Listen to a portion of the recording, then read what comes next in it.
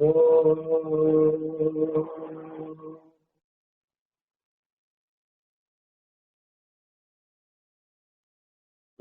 ब्रह्मा गुरु विष्णु गुरुदेवो महेश्वरः गुरु साक्षात् परब्रह्म तस्मै श्री गुरवे नमः। ब्रह्मानन्दम् परमसुखदम् केवलम् ज्ञानमूर्तिम् द्वन्द्वातीतम् गगनसदृशम् तत्त्वमस्यादिलक्ष्यम् एकम् नित्यम् विमलमचलम् सर्वधी साक्षिभूतम् भावातीतम् विगुणरहितम् सद्गुरुं तम् नमामि। ओम नमो ब्रह्मादिभ्यो ब्रह्मविद्या सांप्रदायकर्तृभ्यो वंश ऋषिभ्यो महाभ्यो नमो गुरुभ्यः। सर्वोपप्लवरहित प्रज्ञान घन सच्चगद्धो ब्रह्मैवाहमस्मि अहं पदार्थरहितः। ओम सहनाववतु सहनौ भुनक्तु सह वीर्यं करवावहै तेजस्विनावधीतमस्तु मा विद्विषावहै। ओम शांति शांति शांति।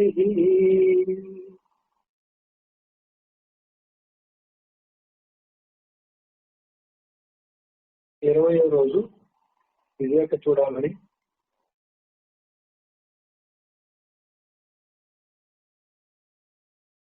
24వ తారీఖు సెప్టెంబర్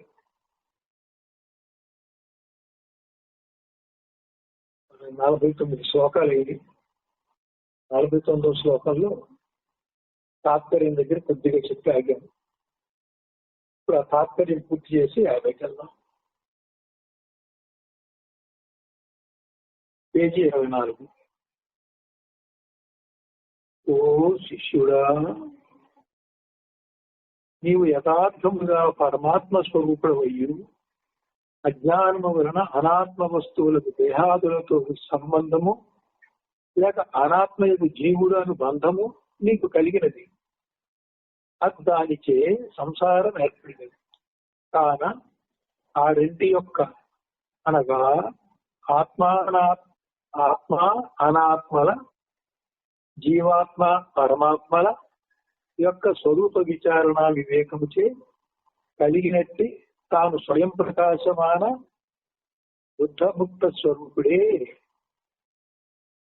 అను స్వానుభవ విజ్ఞానాగ్నిచే అజ్ఞాన కార్యం అనగదు అనాత్మబంధములు మూలా విద్యయు సమూలముగా నశించును.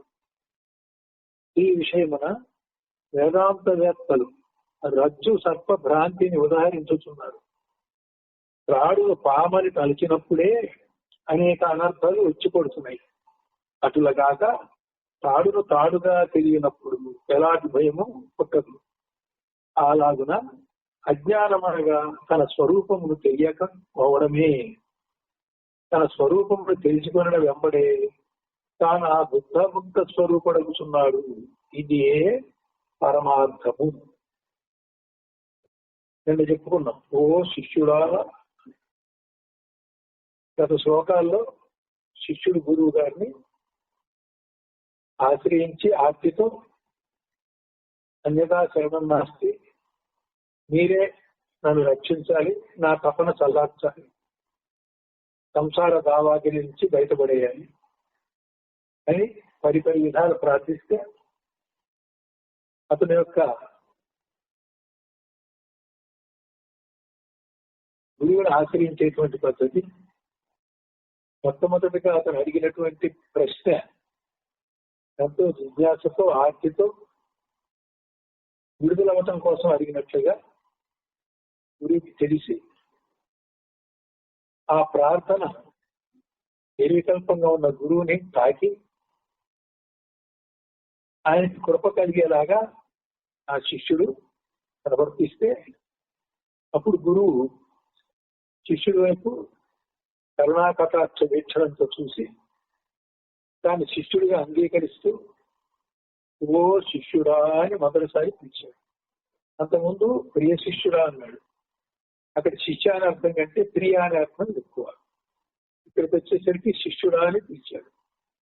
శిష్యుడు అనగానే అతను గురు శిష్య భావాలు శిష్యుడంటే నిజానికి ఎలా ఉండాలనేది అర్థం పూర్తిగా తెలియకుండా వచ్చాడు కాబట్టి శిష్యుడా అని పిలిచాడు. కాబట్టి శిష్యుడు ఆ పదానికి తగ్గట్టుగా అతను సరి చేసుకోవాలి. సంప్రదాయంలో ఎలా ఉంటుందంటే ఒకసారి మా గురువు గారితో కలిసి సుబ్బారావు గురువు గారితో ఒక ఆశ్రమానికి వెళ్ళాం.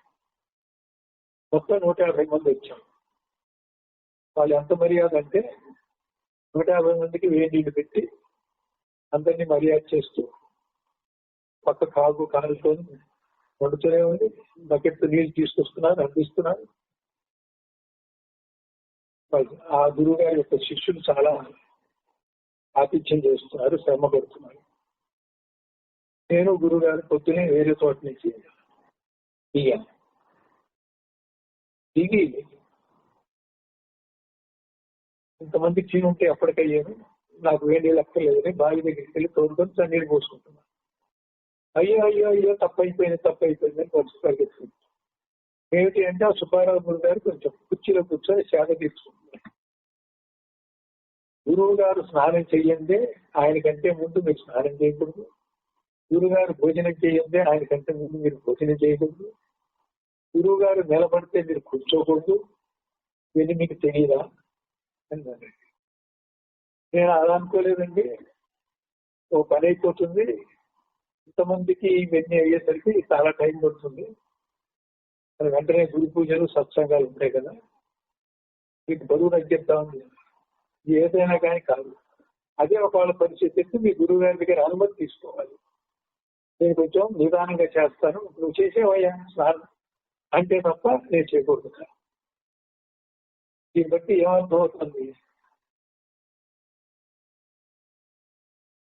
అలాగే గురువుగారి దగ్గరికి వచ్చి నాకు తొందరగా బోధ చెప్పానని బలవంతం చేయకూడదు. దీనికి ఒక కథ చెప్పుకోవాలి. వ్యాసుల వారి కుమారుడు శుకుడు పుడుతున్న జ్ఞాని. అనాత్మ నుంచి అనాత్మ అనుభవం నుంచి ఆత్మని వెతుక్కుంటూ ఆత్మని మెల్లిగా అవగాహన చేసుకుంటూ అనుభవం పొందుతూ పోయినప్పుడు అది జ్ఞానం ఉంటుంది. పుడుతూనే జ్ఞానం అయినప్పుడు జ్ఞానం అంటే ఏంటో తెలియదు. ఎప్పుడు వెళ్తురుంటే వెళ్తురంటే తెలియదు. కాసేపు వెళ్తురాగి చీకటి అయిపోయాక మళ్ళీ వెళ్తురు వస్తే ఈ చీకటి కానిటి వెళ్తురు అనే సంగతి తెలుస్తుంది. చీకట్లో ఉన్న ఇబ్బంది పోయి వెళ్తురు స్పష్టంగా ఉండటం వల్ల వెలుగు యొక్క ఔన్నత్యం తెలుస్తుంది. అలాగే జ్ఞానం యొక్క ఔన్నత్యం తెలియాలంటే అజ్ఞానం ఉండాలి. శుకుల వారికి అది లేదు. వ్యాసుల వారు చెప్తున్నారు, చెప్తే నాకు తెలిసిందే చెప్తున్నారు, నాకు కొత్తగా ఏమి చెప్పట్లేదు. నేను జ్ఞానిని అని మీరు అంటున్నారు, నేను అలా అనుకోవట్లేదు. నేను జ్ఞాని అయితే నాకు తృప్తిగా పరిపూర్ణంగా ఉండాలి కదా, నాకు అది అనిపించట్లేదు. మరి ఏం చేయాలో పాల్గొనాలి. ఈయన నువ్వు గురువుగా స్వీకరించలేదు, తండ్రి అనుకుంటున్నాడు. తండ్రి అనే భావంతో ఉన్నప్పుడు గురుభావం లేకపోతే ఇబ్బందిని జనకుడి దగ్గరికి పంపించాడు. జనకుడు శుక్ల వారిని ద్వారపాలకుల దగ్గరికి వచ్చారని కబురు చేస్తే వారం రోజులు పలకరించకుండా వదిలేశాడు.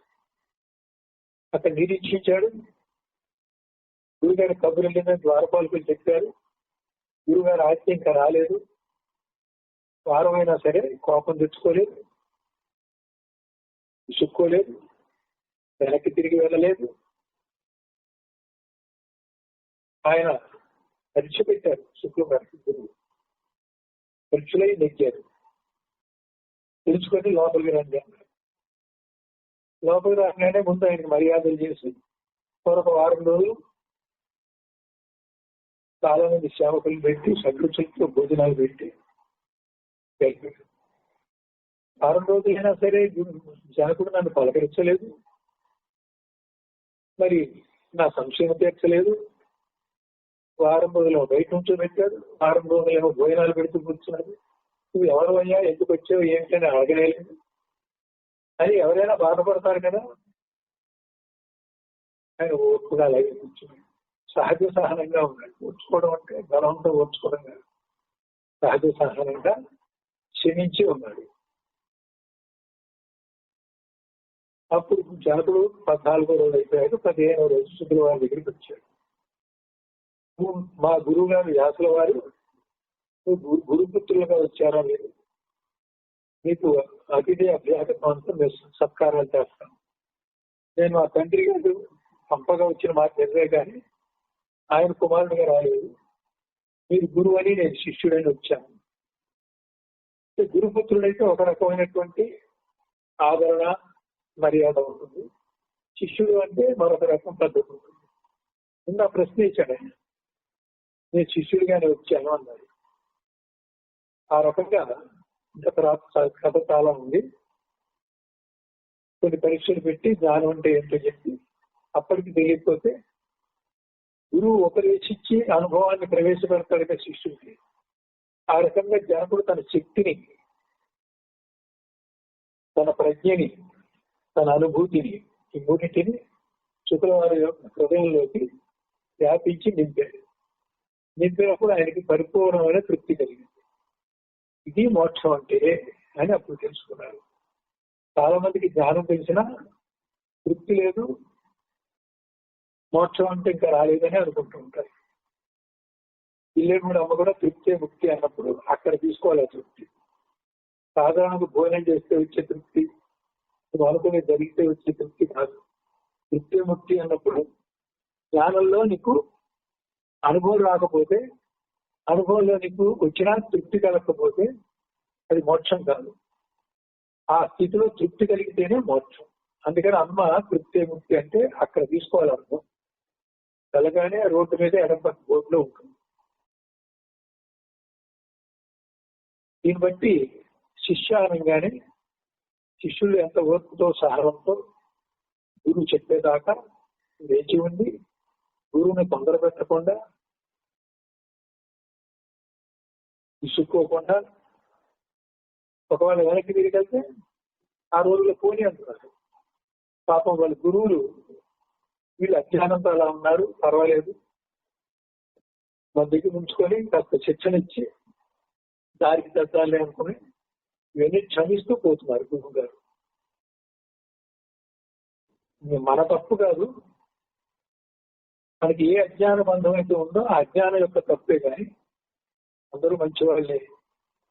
శరణాగతి పొందాడు కదా శిష్యుడు, వచ్చాను వెళ్ళిగా అతన్ని రుద్దొచ్చు, ఏదో చేయొచ్చు అని కరుణతో గురువు ఉంటాడు. కానీ శిష్యుడు ఉండాల్సినటువంటి పరిస్థితి ఎట్లా అంటే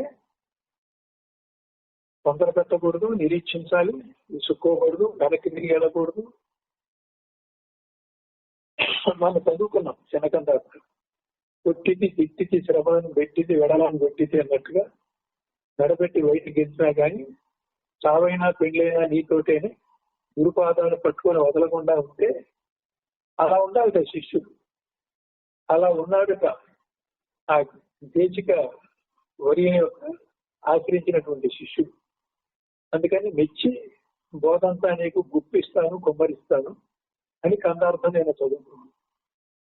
దీన్ని మళ్ళీ ఇంకొకసారి రిపీట్ చేసుకొని, నీవు యథార్థముగా పరమాత్మ స్వరూపుడవయ్యు అజ్ఞానము వలన అనాత్మ వస్తువులకు అగు దేహాదులతో సంబంధం. నువ్వు యథార్థంగా పరమాత్మ స్వరూపుడే, నీకు అజ్ఞానం ఆవహించింది. అజ్ఞానం ఆవహించడం వల్ల నీవు పరమాత్మ అనే సంగతి పరిచయం. ఈ మరుపు అనేది ఆవరణ దోషం, ఈ ప్రకృతిలో ఉన్నటువంటి ఆవరణ శక్తి. రెండోది, నేను జీవుడు అనేటువంటి భావంతో లోకరీతిగా పిరిపిటిలో వ్యవహరిస్తూ అనుభవంలో ద్వంద్వాలు తోస్తే ద్వంద్వాలకి ప్రతిస్పందిస్తూ ఆగామి కర్మలు రాగద్వేషాలతోటి అరిషద్వర్గంతో మనం జనన మరణ చక్రంలో తిరుగుతాం. ఇదంతా కూడా విక్షేపం. ఈ విక్షేప శక్తి ప్రకృతిలో రజోగుణం వల్ల వచ్చింది. కనుక ప్రకృతిలో ఆవరణ విక్షేప శక్తులు రెండు, తమోగుణ రజోగుణం వల్ల వచ్చిన రెండు ప్రత్యేకంగా అవిద్య అంటారు. కాబట్టి మనిషి మంచివాడే గాని అవిద్యా దోషం చేత ఇలా ఉంటాడు. మెహర్ బాబా వారు కూడా ఒకసారి అన్నారు, మీ అందరిలో ఒకరు మంచివాడు ఒకడు చెడ్డవాడు అంటారు. ఏదైనా కానీ మీరంతా అజ్ఞానులు. ఈ మంచి చెడు అనేటువంటిది మీలో మీరు ఒకరినొకరు పోల్చుకొని చెప్పుకునేది. ఒక్కోసారి అది కూడా కరెక్ట్ కాదు. మీ ఇష్టాన్ని మంచి అంటారు, మీ అయిష్టాన్ని చెడ్డ అంటారు. పక్షపాతం బుద్ధి ఉంటుంది మీకు. నా దృష్టిలో మీకు పరమాత్మ అనే అనుభవం లేదు కాబట్టి తక్కువ మంచి ఎక్కువ మంచి, తక్కువ చెడ్డ ఎక్కువ చెడ్డే కానీ మీరందరూ అజ్ఞానులే. మీకు చెడ్డ వాళ్ళ మీద ప్రేమ ఉండదు, మంచి వాళ్ళ మీద ప్రేమ ఉంటుంది. నాకు అజ్ఞానులు అందరి మీద ప్రేమ ఉంటుంది. కారణం ఏంటంటే మీరు సాక్షాత్ పరబ్రహ్మ స్వరూపులే, అజ్ఞానం చేత ఈ మాదిరిగా ఉన్నారు. తప్పు మీది కాదు, తప్పు అవిద్యది. కాబట్టి అజ్ఞానం యొక్క తప్పుని నేను అవతార పురుషుడు వచ్చినందుకు మీ అజ్ఞానాన్ని తొలగించి మిమ్మల్ని సాధనా మార్గంలో అవతారుడు చూపించినటువంటి ద్వాదశ మార్గాల్లో ఏదో ఒక మార్గంలో మిమ్మల్ని తీసుకెళ్లి ఉద్ధరించడానికి ఆయన పనికట్టుకునే శరీరం ధరించి అవతరించాడు. అందువల్ల అవతార పురుషులకి అందరి పట్ల కూడా ప్రేమ ఉంటుంది. ఎందుకంటే తప్పు మీది కాదు, మీరు ఆయనతో సమానమైన పరమాత్మ స్వరూపులే. కొన్ని కారణాల వల్ల అవిద్యా దోషం పట్టుకొని తప్పుగా కనబడుతున్నాం కాబట్టి ఆయన సర్వజ్ఞుడైన పరమాత్మ అయినందువల్ల తప్పు అవిద్యది మీది కాదు అని అందరినీ వన్ వే ట్రాఫిక్ ప్రేమించి మిమ్మల్ని కూడా ఏమన్నారంటే, మీరు బాబాని ఎలా ప్రేమిస్తారు, అందరిలో కూడా నిన్నువలే నీ పొరుగు వారిని ప్రేమించు అన్నారు. నిన్నువలే అంటే మనకి 3 భేదాలు ఉన్నాయి. నేను, నావారు, పరాయి వారు. పరాయి వారి కంటే నా వారి మీద ప్రేమ ఎక్కువ, నా వారి మీద కంటే నా మీద నాకే ప్రేమ ఎక్కువ. నా మాట వినకపోతే నా వాళ్ళనైనా సరే బయటికి పంపించేస్తాను, కాకపోతే అడిగి నేనైనా బయటికి వెళ్తాను. ప్రేమ ఉండదు. మన ప్రేమ ఒక కారణంతో కూడి ఉంటుంది, ఇచ్చి పుచ్చుకునే దాన్ని బట్టి ఉంటుంది. అటు లేకపోతే ఇటు పోతుంది. అటు ప్రేమ లేకపోగా అటు వైరం కనుక ఉంటే ఇక్కడ ప్రేమ బదులు ద్వేషము, క్రోధము పుడుతుంది. ఇవన్నీ కూడా మనస్సుకు సంబంధించింది, ఇవన్నీ కూడా అజ్ఞానానికి సంబంధించింది. తప్పేదన్నా ఉంటే అజ్ఞానాన్ని అవిద్యలే కానీ మంది కాదు. అందరం అజ్ఞానులు కాబట్టి ఇందులోనే ఒకరు ఎక్కువ తప్పు, ఒకరు తక్కువ తప్పు అని, మళ్ళీ మంచి చెడు అని ద్వంద్వాలు చూస్తున్నాం. కానీ పరమాత్మ దృష్టిలో, ఒక అవతార పురుషుల దృష్టిలో తప్పంతా కూడా వారి వారి అజ్ఞానందే తప్ప అందరూ పరమాత్మ స్వరూపులైనప్పుడు, పరమాత్మ తాను పరమాత్మే, పరమాత్మ ఒక్కడే కనుక అందరినీ కలుపుకొని ఆయన పరమాత్మ అయినప్పుడు అందరినీ కలుపుకునేటువంటి ఒక ఐక్యత ఏదైతే ఉందో అది God is love, love is God. అది భగవంతుడు ప్రేమ స్వరూపుడు అనే మాటకు అర్థం. మనకు కూడా భగవంతుడి దూరమై అనేకత్వం అనేటువంటి దృష్టి ఎప్పుడైతే వచ్చిందో, ద్వంద్వాల దృష్టి ఎప్పుడైతే వచ్చిందో, స్వార్థం ఎప్పుడైతే వచ్చిందో, ఇతరులు నీకు కలిగేటువంటి సుఖ దుఃఖాల వల్ల వాళ్ళ మీద నీకు కలిగేటువంటి ప్రతిస్పందనగా రాగద్వేషాల వల్ల ఈ వైరుధ్యాలు, ఈ అజ్ఞానం కొనసాగడం, జన్మమరణ చక్రంలో ఉన్నాం. అదే అందరూ పరమాత్మ స్వరూపులైనప్పుడు, భిన్నత్వంలో ఏకత్వం చూసినప్పుడు ఆ దివ్యాత్మ స్వరూపాన్ని మనం గమనించి దాన్ని నమ్మి నిశ్చయించి ఏకత్వ అనుభవం పొందడానికి ఇతరుల్లో ఉన్నటువంటి మీ పట్ల ఉన్న సానుకూలత వ్యతిరేకతని పట్టించుకోకుండా, వాళ్ళ స్వభావాన్ని పట్టించుకోకుండా, మనసుగా శరీరంగా ఇతరత్ర ఉన్నటువంటి భేదాల్ని విస్మరించి దివ్యాత్మ స్వరూపంగా అందరూ పరమాత్మలో ఒకటై ఉన్నాం అనే భావంలో అందరినీ ప్రేమించడం మొదలు పెట్టాలి. కనుక నన్ను నేను ప్రేమించుకోవడం, నా వాళ్ళని ప్రేమించుకోవడం ఇది మామూలుగా చూస్తున్నది. పరాయ వాళ్ళని, శత్రువులను కూడా ప్రేమించినప్పుడే ఆ ప్రేమతో ఐక్యతా సిద్ధి జరిగినప్పుడు నువ్వు పరమాత్మ అవుతావు. కావున ఈ రెండు యొక్క అనగా ఆత్మ అనాత్మల ఇక్కడ ఒక చిన్న భేదం వచ్చింది. బ్రాకెట్ జీవాత్మ పరమాత్మలు అన్నాడు. జీవాత్మ పరమాత్మ ఒకటే అంటే జీవాత్మ అనాత్మ కాదు. జీవాత్మ వేరు పరమాత్మ వేరు అన్నప్పుడు జీవాత్మ అనాత్మే, ఆత్మ అంటే పరమాత్మ. ఆ బ్రాకెట్ లో ఉన్నది మనం తీసుకోవాలి. అవిద్యా దోషాన్ని మనం పట్టించుకుంటే జీవాత్మ వేరు పరమాత్మ వేరు. గురువుగారు అవిద్యా దోషాన్ని పట్టించుకోవట్లా. నువ్వు నేను ఒకటే, జీవాత్మ పరమాత్మ ఒకటే, నువ్వు కూడా పరమాత్మవే, భ్రాంతిలో జీవభావం వచ్చింది నీకు. కాబట్టి జీవాత్మయే పరమాత్మ అనేది మీకున్న తేడాన్ని పోగొడుతున్నాడు ఆయన. జీవాత్మ వేరు పరమాత్మ వేరు అనేటువంటి శిష్యుడికి ఉన్న అజ్ఞాన భావాన్ని, భేదభావాన్ని ఆయన పోగొడుతున్నాడు. జీవాత్మ పరమాత్మ ఒకటే. అయితే వ్యష్టి సాధన చేసినప్పుడు ఆత్మ అనాత్మ. ఆత్మ అంటే చైతన్య రూపమైనది, అనాత్మ అంటే జడ రూపమయ్యి జడంలో చైతన్యం అనోరణీయానిగా ఎప్పుడైతే వ్యాపించిందో ఆ జడ పదార్థాలు కూడా చైతన్యవంతమై అవి కూడా ఒకప్పుడు ఒక రకంగా ఉనికిలోకి రావటం, మార్పు చెందటం, ఏదో ఒక రకంగా ప్రవర్తించడం జరుగుతుంది. బండరాయిలో చైతన్యం ఉంది, అక్కడ చైతన్యం నిశ్చేతనంగా ఉంది, అంటే క్రియారూపంలో లేదు. మానవుల్లో చైతన్యం క్రియారూపంలో ఉంది. క్రియారూపంలో ఉండటం అది చైతన్యం తప్పు కాదు. బండరాయికి ఉన్నటువంటి ఉపాధిలో జడత్వం ఎక్కువ ఉంది కాబట్టి అక్కడ చైతన్యం సరిగ్గా వ్యక్తం కాకుండా నిశ్చేతన స్థితిలో ఉంది.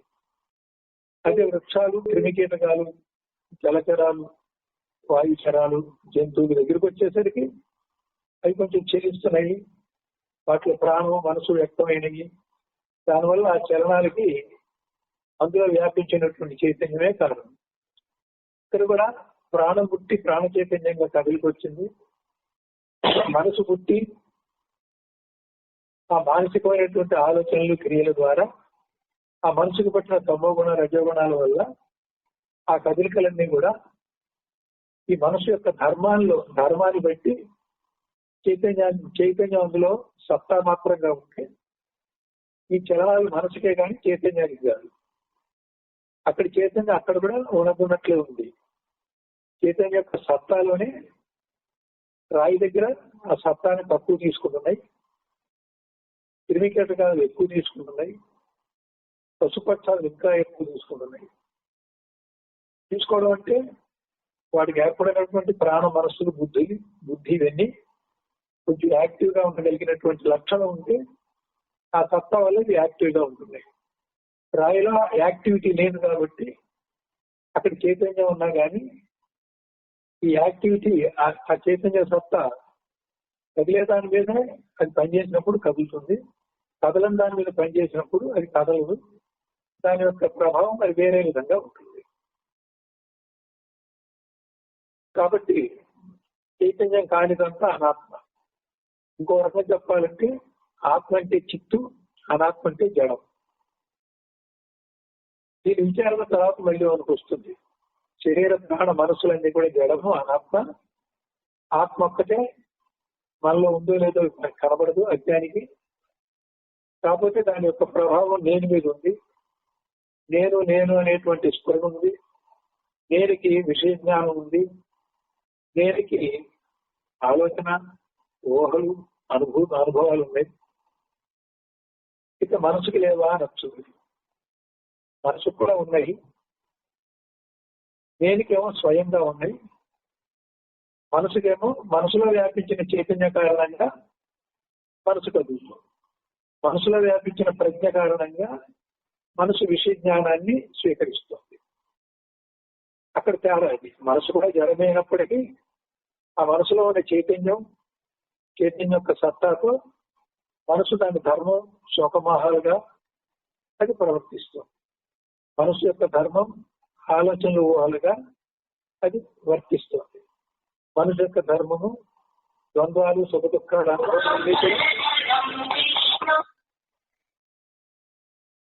అవన్నీ కూడా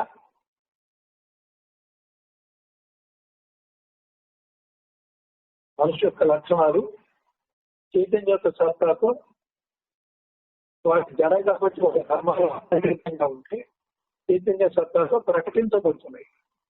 ఆ ప్రకటించబడ్డప్పుడు చలనాలు వస్తున్నాయి. అది ప్రకృతిలో ఉన్న వస్తువుల యొక్క ధర్మాలను బట్టే గాని చైతన్యం ఎప్పుడు సత్తా మాత్రంగానే ఉంది. అనవరణీయంగా దాంట్లో కూడా వ్యాపించింది. దాంట్లో ఎటువంటి మార్పులు లేవు. ఇంకో రకంగా అర్థం చేసుకోవాలంటే జడం అంటే తనకు తాను కదలనుంది, చైతన్యం కూడా తనకు తాను కదలుంది. అయితే చైతన్యం జడంలో వ్యాపించినప్పుడు ఈ చైతన్యం యొక్క సత్తాతో జడంలో కదలికలు వస్తాయి. ఈ రకంగా అర్థం చేసుకుంటే మన జ్ఞానేంద్రియాలు, కర్మేంద్రియాలు, మనసు, ప్రాణము, బుద్ధి ఇవన్నీ కూడా జడమైనప్పటికీ కూడా కదులుతున్నాయి. ఏదో ఒక పని చేస్తున్నాయి. అవి చేసే పనులు వాటి యొక్క ధర్మాలు బట్టి ఉన్నాయి. శరీరం యొక్క ధర్మము జననము, మరణము, మధ్యలో బాల్య యవనం, వృద్ధాప్యంగా మార్పు చెందటము, షడ్జిత వికారాలు చెందడం. ప్రాణం ధర్మం స్థానభేదం, వృత్తి భేదం చేత ఆ పంచప్రాణాలను నీకు ఏదో రకంగా ఉపయోగిస్తూ వాటి యొక్క వృత్తుల చేత మానవుడు జీవించి ఉండగలుగుతున్నాడు. అంతేకాకుండా కర్మలు చేయగలుగుతున్నాడు, ప్రారంధాన్ని అనుభవించగలుగుతున్నాడు, బుద్ధి నిర్ణయించగలుగుతుంది, మనసు ఆలోచనలు ఊహలు చేయగలుగుతుంది. ఇవన్నీ కూడా వాటి యొక్క ధర్మాలు అప్రకృతంగా ఉంటే అందులో చైతన్యం యొక్క ఉనికి చేత ఆ చైతన్యం యొక్క సత్తా వల్ల ఇవి క్రియోన్ముఖమై ప్రకటించబడుతున్నాయి. ఇలా జడం కూడా కదులుతుంది కదా అనే విచారణ వస్తే ఈ రకంగా మనం విడదీసుకోవాలి. ఇదంతా గురువు గారు ఆత్మానాత్మ వివేకం అనేది తర్వాత వస్తుంది, అక్కడ మళ్ళీ చెప్పుకుందాం. కాబట్టి ఇక్కడ ఎందుకు చెప్పాల్సి వచ్చిందంటే ఆత్మ అనాత్మ అని అంటూ బ్రాకెట్లో జీవాత్మ పరమాత్మ అన్నాడు. అజ్ఞానంలో అనాత్మే జీవాత్మ, జ్ఞానంలో జీవాత్మ పరమాత్మ ఒకటే. అది తెలుసుకోకపోతే ఇక్కడ వైరుధ్యంగా ఉంది. జీవాత్మ కూడా చేతనుడే కదా, జీవాత్మ కూడా పరమాత్మే కదా, జీవాత్మ అనాత్మ ఎట్లా అవుతాడు అని ఎవరికాడు చదువుకుంటే ఆ సందేహం రావాలి. సాధారణంగా ఎవరికి రాలా. ఇచ్చిందైనా బ్రాకెట్ ఇచ్చింది సమానార్థకంగా ఉండాలని ఉంటుంది కదా. సామాన్యంగా సమానార్థం తీసుకొని మేము ముందుకు వెళ్ళిపోతారు అందరూ. ఇక్కడ వైరుధ్యం ఉండి నేను ఎలా సమాధానం చేసుకోవాలి అనే ఆలోచన శిష్యులకు తట్టదు. కాబట్టి గురుబోధ అవసరం. వీటి యొక్క స్వరూప విచారణ వివేకము చేయాలి. విచారణ చెయ్యాలి. విచారణ చేయడానికి అనుగుణంగా నీలో కొంత వివేకం పనిచేయాలి. వివేకం ప్రతివాడికి ఉంది. సత్వగుణంలో ఉన్నప్పుడు దాన్ని పనిచేయించుకుంటాడు. రజోగుణంలో ఉన్నప్పుడు వివేకం ఉన్నప్పటికీ దాన్ని వినియోగించకుండా తొందరపాటు నిర్ణయాలతోటి తప్పులు చేసుకుంటాడు. తమగుణం వాడు వివేకం ఉందో లేదో వాడికే తెలియదు, వాడు వాడాడు. నీకు ఉందయ్యా చెప్పుకో చెయ్యన్నా కూడా వాడు చెయ్యడు. ఏ రకంగా చూసినా తమరజ గుణాలు మనకి పనికిరావు. వివేకం వాడాలి అంటే సత్వగుణం ఉండాలి. వివేకం అంటే విచక్షణ జ్ఞానం. ఏది మంచి ఏది చెడు, ఏది జననమరణ హేతువు, ఏది జననమరణ విముక్తి కలిగించేది అనే భేదంతో విచారణ చేయటమే వివేకం. వివేకం లేని విచారణ, అసలు విచారణే కుదరదు వివేకం లేనప్పుడు. తాను స్వయం ప్రకాశమాన అంటే ఇక్కడ వస్తువులన్నీ కూడా ఆ పరమాత్మ ప్రకాశం చేత ప్రకాశించబడుతున్నప్పుడు మనకి ఇంద్రియ గోచరం అవుతుంది. ఇంద్రియాలు కూడా ఆ పరమాత్మ ప్రకాశం ఉంటే ఇంద్రియాలు పనిచేయగలిగి ఆ ఇంద్రియానికి తగినటువంటి విషయాన్ని గ్రహించగలుగుతున్నాయి. పరమాత్మ ప్రకాశం కన్నులో లేకపోతే కన్ను తెచ్చినా కనబడదు. పరమాత్మ ప్రకాశం నువ్వు చూడబోయే వస్తువు మీద పడకపోతే ఆ వస్తువు గోచరం కాదు. కాబట్టి పరమాత్మ నువ్వు చూసేవాడిలో, వాడి మనసులో, వాడి బుద్ధిలో, వాడి కన్నులో ఉంది. చూడబడే వస్తువు కూడా ప్రకాశించబడ్డప్పుడే తెలుస్తుంది. కన్ను, మనసు, బుద్ధి పనిచేసిన చీకట్లో ఉన్న వస్తువు ఎలా కనబడదో ఆ పరమాత్మ ప్రకాశం లేకపోతే మనం ఆ వస్తువుని మన ఇంద్రియ జ్ఞానం ద్వారా గుర్తించలేము. కనుక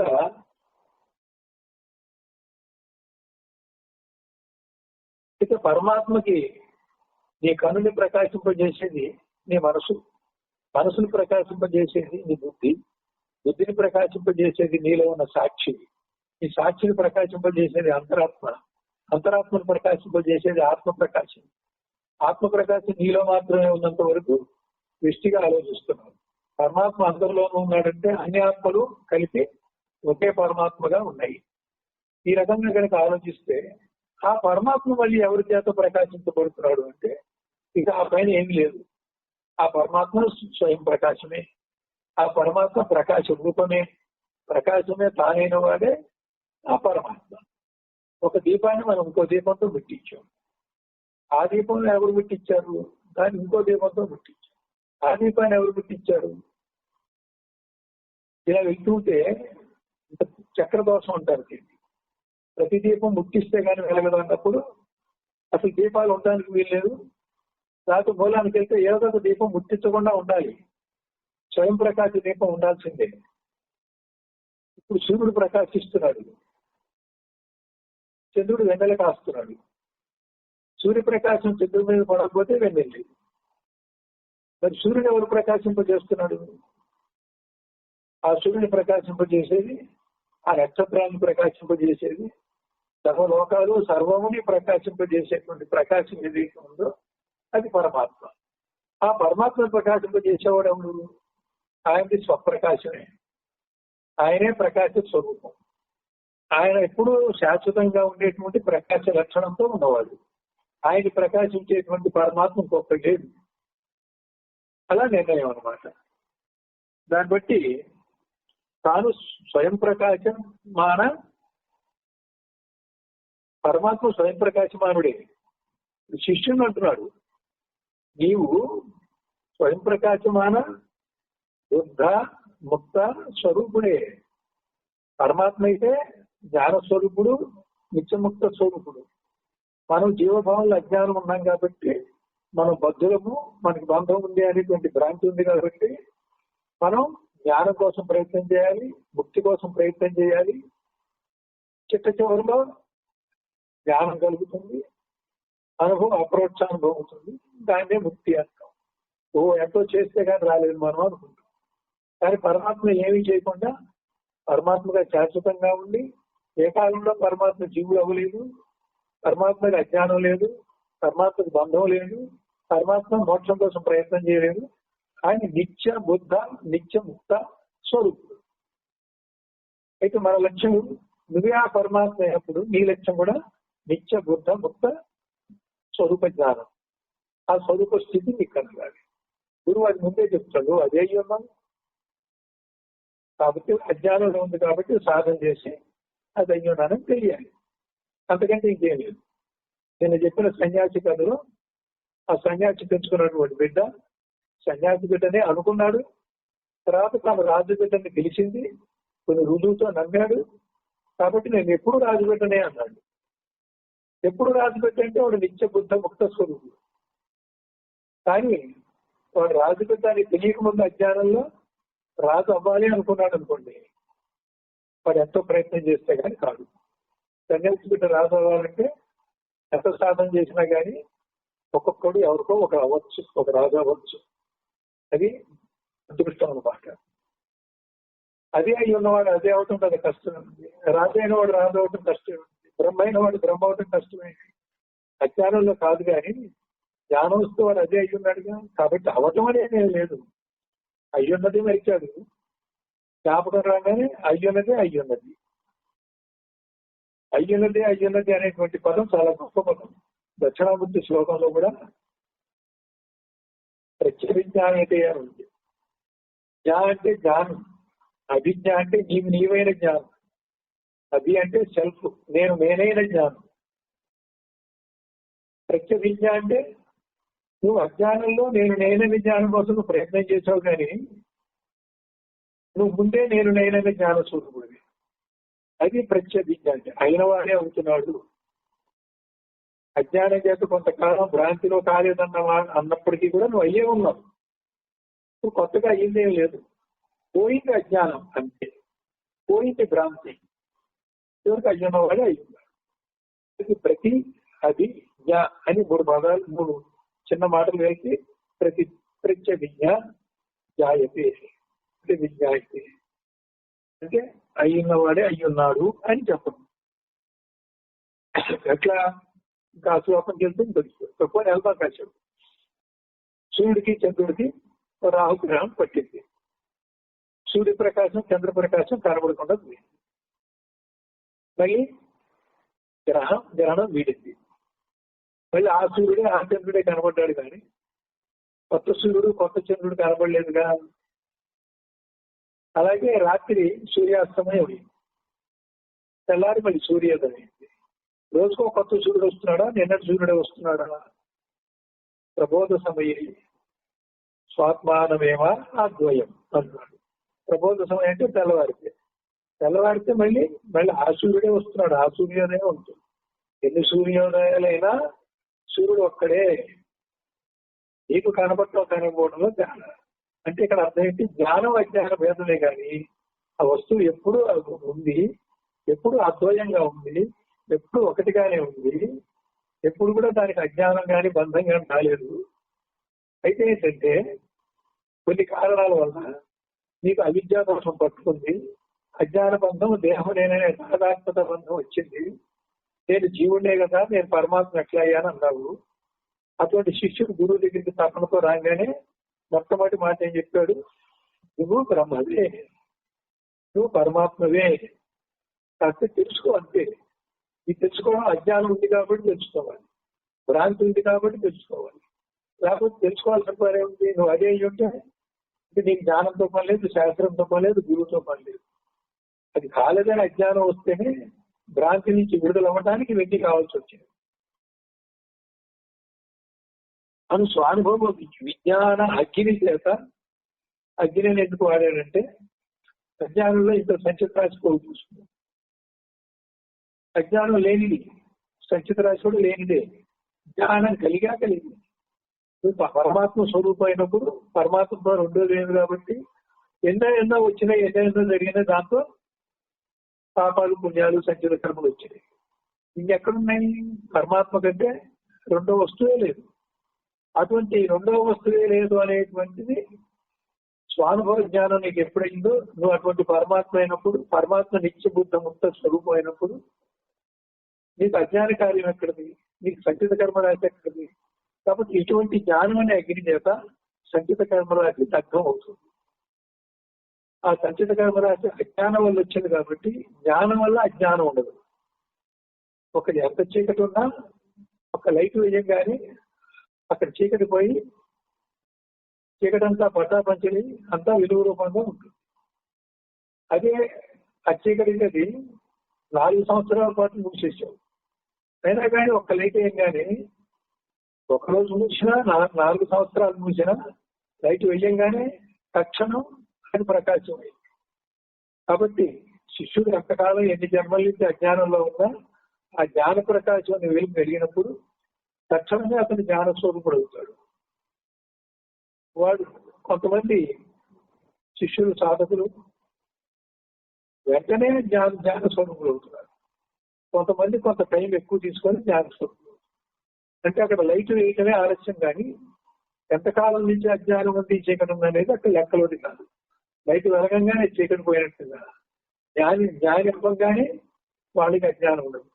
ఒక వస్తువు తెలియకపోవడం అజ్ఞానం, ఒక వస్తువు తెలిసి ఉండటం జ్ఞానం. జ్ఞానం అజ్ఞానం ఒక పక్క ఎలా ఉంటాయి? తెలియకపోతే తెలియనితనం ఉంటుంది, తెలిసిన తర్వాత తెలిసినతనం ఉంటుంది, కానీ మళ్ళీ తెలియనితనం కూడా కలిపి ఉంటుందా? జ్ఞానంతో పాటు అజ్ఞానం ఉంటుందా? ఉండదు. వెలుతురుతో పాటు చీకటి ఉంటుందా? ఉండదు. వెలుతురు వస్తే చీకటి పోనే పోతుంది. కాబట్టి జ్ఞానం అజ్ఞానం పక్క ఉండవు. కాబట్టి దీన్ని బట్టి మనం గ్రహించాల్సింది ఏంటంటే, క్రమంగా జ్ఞానాన్ని సంపాదిస్తున్నాం అనేది తప్పు. కాబట్టి కొన్ని జ్ఞాన భూమికలు మెట్లు దాటొచ్చేమో మోక్షం అనేసరికి, అయితే అజ్ఞానం లేకపోతే జ్ఞానం. పూర్తిగా జ్ఞాన స్వరూపం అయితే అది మోక్షమే. అందుకని కొంచెం కొంచెం బాగుందండి, కొంచెం కొంచెం మోక్షానికి వచ్చాం అనడానికి కుదరదు. చీకటి పోయి వెలుతురు వచ్చినట్టే రావాల్సింది. అయితే అసలు చీకటి కూడా భ్రాంతి. అనాత్మ బంధమును ఇంతవరకు బాగుంది. మూలా విద్యలు అన్నాడు. మూలా విద్య అంటే ఏంటి, అవిద్య అంటే ఏంటి? పైన మనం ఆవరణ విక్షేపాలు చెప్పి అవిద్య అంటే ఏంటో చెప్పాం. మూలా విద్య అంటే జీవుడు పుట్టక ముందే, సృష్టి నామరూపాలుగా వ్యక్తం కాకముందే, తన్మాత్ర సృష్టి పంచభూతాలు పంచకరణ కాకముందే ఈ పరమాత్మ మూల ప్రకృతిలో వ్యాపించి మూల ప్రకృతి యొక్క తత్వాలన్నీ కూడా తనతో పాటు తెస్తూ, తన వైపు ఉన్నటువంటి చిత్తుకు సంబంధించిన తత్వాలు, అలాగే మూల ప్రకృతికి సంబంధించినటువంటి జడతత్వాలు ఇంటిని తీసుకొని వచ్చి ఒక బ్రహ్మగా తయారయ్యాడు. ఆ బ్రహ్మలు ఈ తత్వాలన్నీ చేరి ఉన్నాయి, అవ్యక్తంగా ఉన్నాయి. ఆ బ్రహ్మ అవ్యక్తమై మహత్తై మహదంకారం సృష్టి చేశాడు. ఈ సృష్టిలో నామరూపం సృష్టి వచ్చేసింది. ఈ క్రమంలో జడతత్వాలు ఉన్నాయి, చిత్తుతత్వాలు ఉన్నాయి, చిత్తు జడము కలిపినటువంటి తత్వాలు ఉన్నాయి. ఈ మూడింటి యొక్క సంఖ్య కూడితే 36 తత్వాలు. 36 తత్వాలు కూడా వచ్చినాయి. ఈ 36 తత్వాలు ఎలా వచ్చినాయి? మాయావరణలో పరమాత్మ ప్రకాశించినప్పుడు, మాయ అంటే 3 గుణాలు కాబట్టి, సృష్టి ముందు 3 గుణాలు బీజ రూపంలో ఉన్నాయి. 3 గుణాలు బీజ రూపంలో ఉన్నాయి.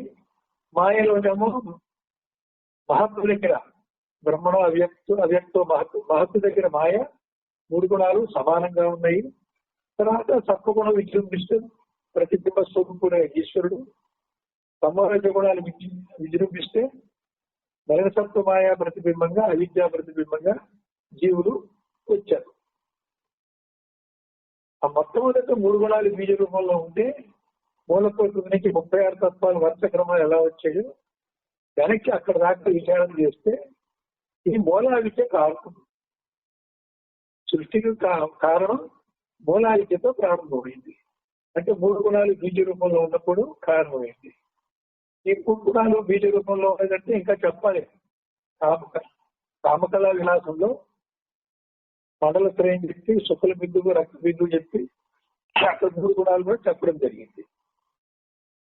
కాబట్టి మూలా విద్య రహస్యం తెలియాలంటే మండలత్రయము, శుక్ల బిందువు, రక్త బిందువు, ఆ మాయ కల్పించిన తమోగుణ ఆవరణ, తమస్సు, పెనుచీకటి, వీటి యొక్క వివరాలు, వాటి యొక్క సమాహారము, ఇవన్నీ కలిపి సృష్టి ఏక్రమంగా మనకు వచ్చింది. 36 తత్వాలు. ముందు శివతత్వము, తర్వాత శివశక్త్యాత్మకమైన తత్వము, 36వది శివతత్వం, 35వది శివశక్త్యాత్మకం. ఆ విధంగా పైనుంచి కిందకు వస్తాయి. ఆఖరి తత్వం పృథ్వీ. పృథ్వీ నుంచి పైకెళ్తే 36వ తత్వం శివుడు అన్నమాట. ఈ రకంగా ఈ క్రమం అంతా చూస్తే 36వ తత్వం దగ్గరికి వెళ్తే తప్ప మూలా విద్య రహస్యం తెలియదు. అందుకే మనకి పేరుకొలుపులో కూడా మాయతను వై మాయతారై మాయతన మర్మంబుగననే మాయమై పోవు ఆత్మా మాయ తన మర్మం గలవాలంటే దాని మూలా విద్య దాకా వెళ్ళి ఈ మూలా విద్య వల్ల ఈ 36 తత్వాలు ఎలా వరుసపెట్టి వచ్చాయో తెలిసినప్పుడు నువ్వు ఆ శివస్వరూపం అని కానీ లేకపోతే 36కి ఆవలున్న పరతత్వం అయినటువంటి భర్త బయలుని కానీ నీకు తెలుస్తుంది. ఈ విధంగా అవిద్య తొలగాలి, మూలా విద్య మర్మం తెలియాలి. అవిద్య తొలగాలి, మూలా విద్య యొక్క రహస్యం తెలియాలి, మాయమర్మం తెలియాలి. మూలా విద్య కనుక తెలిస్తే అప్పుడు ఈ అవిద్య కానీ అజ్ఞానం కానీ 35 తత్వాలు కూడా రావు. ఆ 36 తత్వం శాశ్వతంగా ఉంటుంది. అదే మోక్షం. ఆ 36 తత్వంలో చేరి మూలా విద్య రహస్యం పెట్టి 38, 30, 34, 33 అలా దిగకుండా ఉంటే అది తిరిగి రాని మోక్షం అవుతుంది. అప్పుడు అది జన్మరాహిత్యం. ఈ విషయమైన వేదాంత వేత్తలు రజ్జు సర్ప భ్రాంతిని ఉదాహరించుతున్నారు.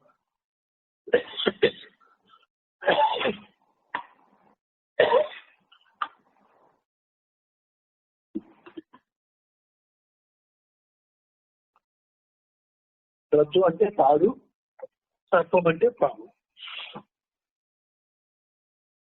ఇదంతా మాయా కల్పిత ప్రపంచం కాబట్టి, 3 గుణాలతో కూడింది కాబట్టి, మనం కూడా అజ్ఞానంలో దిగాం కాబట్టి, అవిద్యాదోషం ఉంది కాబట్టి మొత్తం ప్రకృతిని యథాతథంగా చూడకుండా రిపిటిగా విభజించి చూసి విషయం వేరు, నేను విషయ జ్ఞానం వేరు, విషయ జ్ఞానం నాకు సంస్కారం అయింది, వాసన అయింది, పునర్జన్మ హేతు అయిందని మళ్ళీ ఆ విషయాల్లో కూడా ద్వంద్వాలు చూడటం, ఒకటి ఇష్టమైంది, ఒకటి ఇష్టం లేనిది, ఒకటి బాధ పెట్టేది, ఒకటి సుఖ పెట్టేది, ఇన్ని రకాలుగా నువ్వు మార్పు చెందేసరికి ఇదంతా నా మెడకి చుట్టుకొని బంధం. ఈ రకాలుగా చూసే దృష్టి లేక ప్రతిదీ కూడా ఆత్మన్యేవాను పశ్యతే అన్నాడు ఈశావాస్యోపనిషత్తు. నీకు ఆత్మవేయండి, ప్రతి వస్తువు కూడా ఆత్మస్వరూపంగా, ఆత్మ తప్ప రెండోది లేదన్నప్పుడు నీకు త్రిపుటి ఎక్కడ, ద్విపుటి ఎక్కడ, ద్వంద్వాన్ని ఎక్కడ, అజ్ఞానం ఎక్కడ? అదే ఉండదు కాదు. నేను కొట్టేవాడు, కొట్టించుకునేవాడు కూడా ఆత్మ అయినప్పుడు కర్మ లేదు, ఇక విషయం లేదు, ద్వంద్వాలు లేవు. ఆ డివిజన్, ఆ విభాగం వల్లే, ఆ విభజన వల్లే ఈ బంధాలు వచ్చినాయి. తిరుగు ప్రయాణంలో మన విభజనని ద్వంద్వాతీతాన్ని గగన సదృశం ఉన్నట్టుగా ద్వంద్వాలను ద్వంద్వాలుగా చూడకుండా దానికి అతీత దృష్టి అన్నాడు, తటస్థ దృష్టి అల్లా. పంచిని చూడని సమానంగా చూడమల్లా. సమానంగా చూసేది యోగం, సమత్వం యోగం వచ్చేది. అతీతంగా చూడమన్నాడు అంటే ద్వంద్వ దృష్టి అజ్ఞానం వల్ల ఉంది, అతీతంగా చూసినప్పుడు జ్ఞాన దృష్టి అయింది. వాడు అదే చూస్తాడు, వీడిదే చూస్తాడు. వీడి రియాక్షన్ లో ద్వంద్వం వచ్చింది, వాడికి రియాక్షన్ ఉండదు, ద్వంద్వం ఉండదు, బాధ ఉండదు. దానివల్ల రియాక్షన్ లో రాగద్వేషాలు లేవు. అది జ్ఞాన దృష్టి. అజ్ఞాన దృష్టి పోవాలి అంటే జ్ఞాన దృష్టి రావాలన్నా ఇద్దరు చూసేది ఇదే ప్రపంచం. జ్ఞాన దృష్టిలో ఈ ప్రపంచమే బంధం లేకుండా ఉంది, ద్వంద్వాతీతంగా ఉంది. అజ్ఞాన దృష్టిలో ఇదే బంధంగా ఉంది, ద్వంద్వాల రూపంలో సంస్కారాలు వచ్చి రాగద్వేషంగా ఆగామి కర్మ చేస్తున్నాం. ఈ రకంగా జన్మరణ చక్రం తిరుగుతున్నాం. ఈ ఒక్క తేడా కనుక చూస్తే ఈ ద్వంద్వాన్ని ఏ దృష్టిలో చూడాలనేది మనకు తెలుస్తుంది. నిజంగా సహజంగా చూడాలంటే అటువంటి సాక్షి రూప జ్ఞానం ఉన్నప్పుడు తప్పకుండా అది అలా జ్ఞాన దృష్టిలో చూస్తే త్రిపుటిగా ఉండదు. అన్నిట్లో ఒకే చైతన్యం వ్యాపించినట్టుగా నేను అనే చైతన్యం ఆ చైతన్యం అయినప్పుడు అన్ని నువ్వే అయి ఉన్నావు. అన్ని నువ్వైనప్పుడు భేదభావం లేదు, భేదభావం లేనప్పుడు సమత్వం ఉంది, సమత్వం ఉన్నప్పుడు కర్మ లేదు, కర్మ ఫలితం లేదు, రియాక్షన్ లేదు, రాగద్వేషాలు లేవు, బంధం లేదు. ఈ రకంగా ఉంటుంది అది. కనుక ఈ ద్వంద్వాలుగా ఈ ప్రపంచాన్ని చూడటం ఏదైతే ఉందో అది పాములా చూడటం. దానివల్ల నువ్వు బాధించబడుతున్నావు. ద్వంద్వాతీతంగా చూసినప్పుడు నువ్వు తాడనే చూసినట్లయింది. దానివల్ల ఏ బాధ కలగల, ఏ భయము కలగల. ఈ తాడు పాము ఈ రకంగా తీసుకోవాలి. ఇక్కడ జ్ఞాన దృష్టిలో సర్వం కలితం బ్రహ్మగా చూసినప్పుడు అన్ని ప్రాణులు దివ్యాత్మ స్వరూపులుగా ఉన్నప్పుడు అన్ని ఆత్మలు కలిసి ఒకే ఒక పరమాత్మగా ఉన్నామని కనీసం విషయంగా నీకు అనిపించినప్పుడు నీకు ద్వంద్వాలు తోచనే తోచినా నీకు రియాక్షన్ రాదు, ప్రతిస్పందన రాదు, ఆగామి కర్మ ఉండదు. ఈ విధంగా పైగా ద్వంద్వాతీతం గగన సదృశం అని ఎందుకన్నాం? గగనాన్ని ఆకాశాన్ని ఖమ్ అంటాం. ఖమ్ బ్రహ్మ, ఖమ్ వాయు అంటే ఖమ్ అనేది ఆకాశం, ఖగరాజు అంటే ఆకాశంలో వేరే గరుత్మంతుడు, ఖ అంటే ఆకాశం. ఆకాశంలో ఏముంటుంది? ఏముండదు. దేనికనేది అవకాశం ఇస్తుంది. జీవుడికి తన చిత్తానికి వ్యతిరేకమైనటువంటి ఒక వృత్తి వచ్చింది ఈ కమ్ములో. అప్పుడు అది దుఃఖం అయింది. జీవుడికి ఇష్టమైనటువంటి సానుకూలమైనటువంటి ఒక అనుభవం వచ్చింది. దాని రియాక్షన్ ఎట్లా ఉంది? సుఖం అయింది. యూహు సుహు అని రెండు వచ్చినాయి. కమ్ కట్టుపక్క చేరి ద్వంద్వ అనేది దుహు సుహు సు. ద్వంద్వాతీతప్పుడు దుహు కొట్టాయి, సు కొట్టాయి. ఏమిటి? కమ్. కమ్ అంటే ఆకాశం. అది గగన సదృశం అంటే. ఆకాశం చూస్తే ద్వంద్వాలు లేవు, భేదం లేవు. ప్రతిదీ ఆకాశ దృష్టిని చూసినప్పుడు ఏదీ లేదు. ఆకాశంలో వాడు ఎవడు?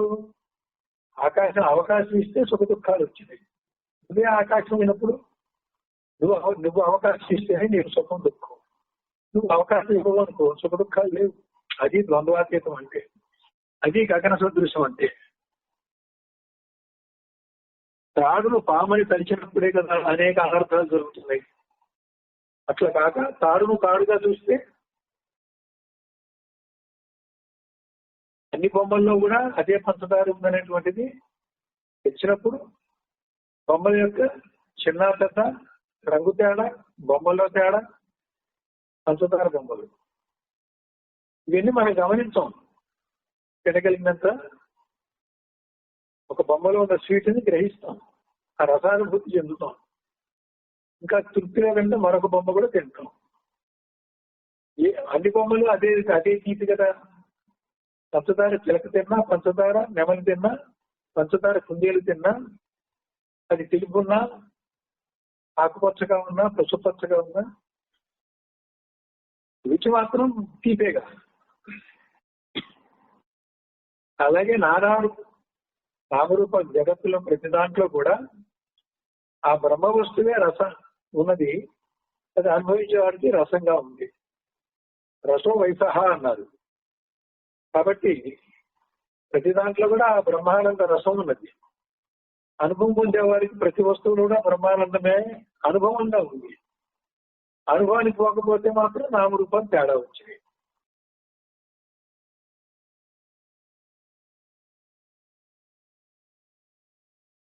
తాడుగా చూడటం అంటే అన్ని పరబ్రహ్మ స్వరూపంగా, అన్ని పంచదార బొమ్మలు పంచదార అన్నట్టుగా చూడాలి. లేదు పాముగా చూడాలంటే భేదభావం వస్తుంది. ఒకటి ఎక్కువ, ఒకటి తక్కువ అవుతుంది. ఒకటి కావాలి, ఒకటి వద్దు అవుతుంది. దాంతో నీకు అందుబాటు అవ్వచ్చు, కాకపోవచ్చు. దానివల్ల రాగద్వేషాలు, కామక్రోధాలు, దొరికితే లోభం అవుతుంది, దొరకకపోతే అడ్డుపడ్డ వాళ్ళ మీద క్రోధం అవుతుంది. నీ మీద నీకే నేను గొప్పవాడిని, నేను సంపాదించాననే గర్వం వస్తుంది. అందకపోతే నీకే నేను పనికిరాని వాడిని అనేటువంటి ఒక నిమ్మల భావం వస్తుంది. ఇన్ని వస్తున్నాయి ఇక్కడ తేడాలు చూడటం వల్ల. తేడా చూడకపోతే వినలేము కదా. పాము అంటే తేడాలు చూడటమే. పాములో విషం ఉంటుంది, ఇక్కడ ప్రపంచంలో విషయాలు ఉంటాయి. విషయాలు ఆ పాము విషయం లాంటివే. తాడు అన్నప్పుడు అది పరబ్రహ్మ కాబట్టి అమృతత్వం. అనుభవించేవాడికి ఏదైనా ఒకటి. అనుభవించకుండా కళ్ళతో చూసినా, మనసుతో చూసినా ఈ భేదాలు ఉన్నప్పుడు అది బంధము, అజ్ఞానం. దానివల్ల అనేక అనర్థాలు. అలాగనే అజ్ఞానం అనగా తన స్వరూపం తెలియకపోవడమే. చెప్పుకున్నాం, నా స్వరూపం నాకు తెలియకపోవడం అజ్ఞానం, నా స్వరూపం నాకు తెలియడం జ్ఞానం. అక్కడితో ఆగం. నా స్వరూపం నాకు తెలిసినప్పుడు నేను అదే అయ్యే ఉన్నాను. బ్రహ్మవిత్ బ్రహ్మైవ భవతి. తెలుసుకున్నంత మాత్రాన అది అయ్యే ఉంటాం. అసలు అయ్యున్నటువంటి స్వానుభవం వచ్చినప్పుడే అది తెలియబడ్డట్టు. స్వానుభవం లేనప్పుడు తెలిసింది తప్పే, కొంచెం తేడా ఉన్నట్టే, ఇంకా కానట్టే. సముద్రంలో ఉప్పు బొమ్మను లోపు తెచ్చుకుందామని వచ్చినప్పుడు సముద్రంలో ఉప్పు తత్వము ఆ బొమ్మలో ఉన్న ఉప్పు తత్వం తత్వరూపంగా ఒకటే అయినప్పటికీ తాను వేరు సముద్రం వేరు అనుకొని ఆ పరమాత్మను అన్వేషించుకుంటూ సముద్రంలోకి పోయినట్టుగా పోతూనే ఉంది. సముద్రంలో ఇంకా ఉంది ఇంకా ఉందని పోతుంది. ఎంత పోతుంటే అంత ఉప్పు బొమ్మ కరిగిపోతుంది. ఉప్పు బొమ్మ అంటే అహం, నేను, అహంకారం. చివరికి అహం ఉన్నంత వరకు ఇంకా లోపు ఉంది. అసలే లోకి వెళ్తే అహం లేదు, బొమ్మ కరిగిపోయింది. కాబట్టి నేనుతో అన్వేషణ చేసిన అన్వేషణ పూర్తి అయ్యేసరికి నేను లయం అవుతుంది. ఏ తత్వంతో నువ్వు అనుసంధానం అయ్యావు ఆ తత్వరూపమే నీవై అంతకుముందు అన్వేషిస్తున్నటువంటి వేరుభావంగా ఉన్న నేను అనే అహంకారం లయం అయిపోతుంది. ఆ విధంగా తెలియకపోవడం అజ్ఞానం, తెలిసింది జ్ఞానమే కాకుండా నీ స్వస్వరూపం. స్వస్వరూపం అంటే మళ్ళీ ఏమంటున్నాడు? తెలుసుకున్నాడు వెంటనే తాను ఆ బుద్ధ ముక్త నిత్య స్వరూపుడు. నిత్య బుద్ధ నిత్య ముక్త స్వరూపం అంటే ద్వైతం లేదు, అద్వైతమే. ఇదే పరమార్థం. ఈ పేరాలో చెప్పబోయే బోధ యొక్క సారం ముందే చూసుకుని చెప్పాడు. అందుకే ఈ పేరాకి ఇంతసేపు చెప్పాల్సి వచ్చింది. ఎందుకంటే ఇది మహావాక్యాల తర్వాత తప్ప ఈ పేర అర్థం కాదు. కానీ మనకి శిష్యుడు రాగానే మరి భయం పోగొట్టి నువ్వు అది అయ్యి ఉన్నావని మాట వలసి చెప్పాడు. మన ఇక్కడ సత్సంగంలో ఉన్నాం కాబట్టి ప్రతి మాటని విడగొట్టి ఈ రకంగా అర్థం చేసుకోవాలి. శిష్య ఉవాచ, ఇది విన్న తర్వాత శిష్యుడు మాట్లాడుతున్నాడు. శ్లోకం: కృపయా సురయతాం స్వామిన్ ప్రశ్నో అయం క్రియతే మయా. కృపయా శ్రూయతాం స్వామిన్ ప్రశ్నో అయం క్రియతే మయా. యదుత్తరం అహం శ్రుత్వా కృతార్థ శ్యాం భవన్ముఖాత్. పదవిభజన. కృపయా శ్రూయతాం స్వామిన్ ప్రశ్నః అయం క్రియతే మయా. యత్ తరం అహం శ్రుత్వా కృతార్థః శ్యాం భవన్ముఖాత్. టీకా: ఏ స్వామిన్, స్వామి అంటే ప్రభు అని, యజమాని అని. ఓ మహానుభావ, అయం ప్రశ్న, అయం అంటే ఈ ప్రశ్న మయా నా చేత క్రియతే, నేను ఆ ప్రశ్నని చేస్తున్నాను అంటే ప్రశ్నిస్తున్నాను. కృపయా దయతో శ్రూయతాం వినబడుగాక. అహం నేను త్వన్ముఖాత్ మీ ముఖము వలన యత్ ఏ ఉత్తరం సమాధానమును శ్రుత్వ విని కృతార్థ కృతకృత్యునిగా శ్యాం కాగానో. గురువు అది చెప్పాడు కదా, మళ్ళీ ఇప్పుడు శిష్యుడు చెప్తున్నాడు. ఓ స్వామి మహానుభావ, తాత్పర్యం: తమరిని నేను ప్రశ్నించుచున్నాను. దయతో నాకు ఇప్పుడు ఎందువలనగా దయతో నాలకింపుడు. ఎందువలనగా తమ సమాధానమును విని నేను కృతార్థుడు అయ్యేదను అని శిష్యుడు మిక్కిలి వినయముతో తాను తెలుసుకొనదగినటువంటి బ్రహ్మ విషయమని వాడు శ్రద్ధతో ఆసక్తితో విన్నవించుకున్నాడు. ప్రతి పదం కూడా తూకమే. చూడండి, గురువుని సంబోధించేటప్పుడే ఓ మహానుభావ అని సంబోధించాడు.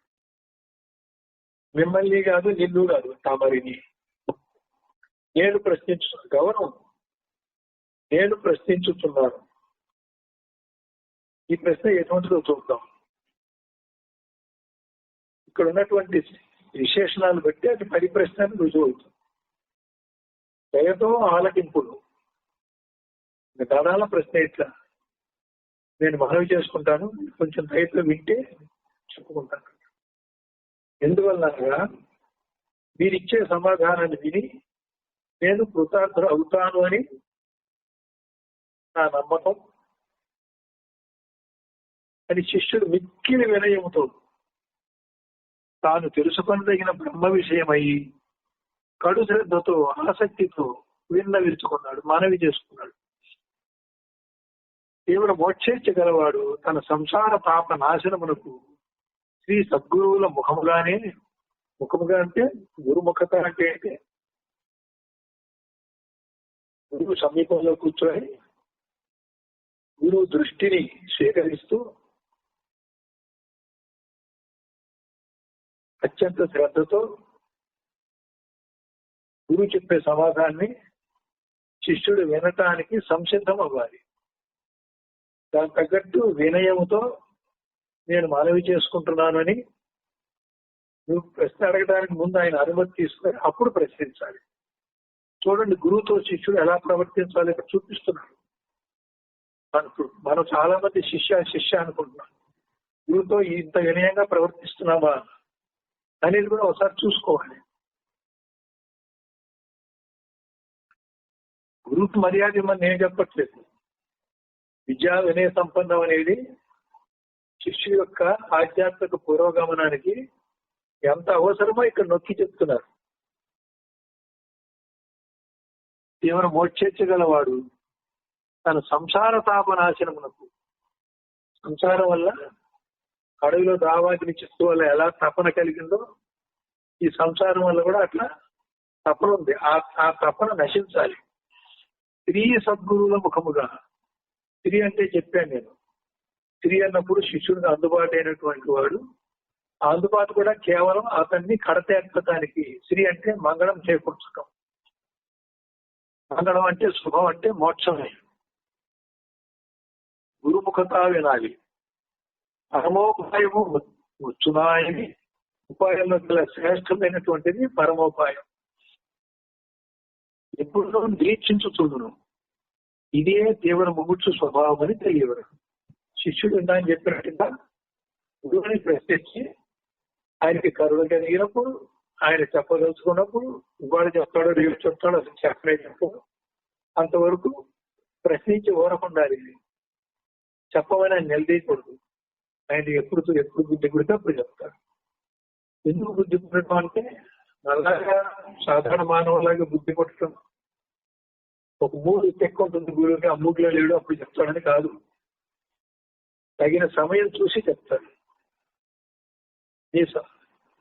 నీ సంసారంలో కానీ వాటి శిష్యులతో పాటు ఏదైనా ఒక సంఘటన జరిగినప్పుడు గుణపాఠంగా నేను అక్కడ మార్పు చెందటానికి నువ్వు ఎక్కడ ఇరుక్కున్నావో, ఎక్కడ తప్పు చేశావో ఆ దోషాన్ని ఎత్తి చూపించడానికి అప్పుడు మొదలుపెట్టాడు బాధ. కృష్ణ పరమాత్మ అర్జునుడు ఎంతో స్నేహితుడు చిన్నప్పటి నుంచి. ఎప్పుడైనా చెప్పొచ్చు భగవద్గీత. యుద్ధ ఆరంభంలో అస్త్రాలు కింద పడేసి నేను యుద్ధం చేయాలని చతికిల పడ్డప్పుడు, అతను ఒక విషాద యోగంలో ఉన్నప్పుడు ఇప్పుడు చెప్తేనే కరెక్ట్ అని అప్పుడు భగవద్గీత చెప్తాడు. కొన్ని క్షణాల్లో శంఖాలు ఉంది, యుద్ధం మొదలు పెట్టబోతా ఉంటే యుద్ధానాది భగవద్గీత చెప్పడం ఏంటి? సరే, ఆయన పరమాత్మ కాబట్టి అందరినీ స్థాణువుల్లా చేసి ఆ గీత 700 శ్లోకాలు అయ్యేదాకా ఒక క్షణం గడిచినట్టుగా గడిచి అర్జునుడికి మాత్రం పూర్తిగా బోధ అయిపోయింది. ఎందుకయింది? అది విషాద యోగం వచ్చినప్పుడే చెప్పాలి. విషాద యోగం రాగానే వస్తువుని విడమర్చి ఆత్మ ఏంటో అనాత్మ ఏంటో, ఏది ఎట్లా తయారైంది, ఏది ఎట్లా శాశ్వతంగా ఉంది, ఏది మధ్యలో వచ్చింది, ఏది ఉత్పత్తి నాశనాలుగా ఉంది అనేది సాంఖ్యయోగం. ముందు అదే చెప్పాలి విషాద యోగం తర్వాత. ఇక్కడ కూడా అదే చెప్తాడు. అది పాము దాంతో నువ్వు పరబ్రహ్మవే, అజ్ఞాన కారణంగా ఇలా ఉన్నావు అని సూటిగా సాంఖ్యమే చెప్పేశారు. శిష్యుడు ఆర్తితో రావడమే విషాద యోగం. గురుగారు సాంఖ్యం చెప్పడమే ఇప్పుడు చదివిన మన పేర ఈ 49వ శ్లోకం.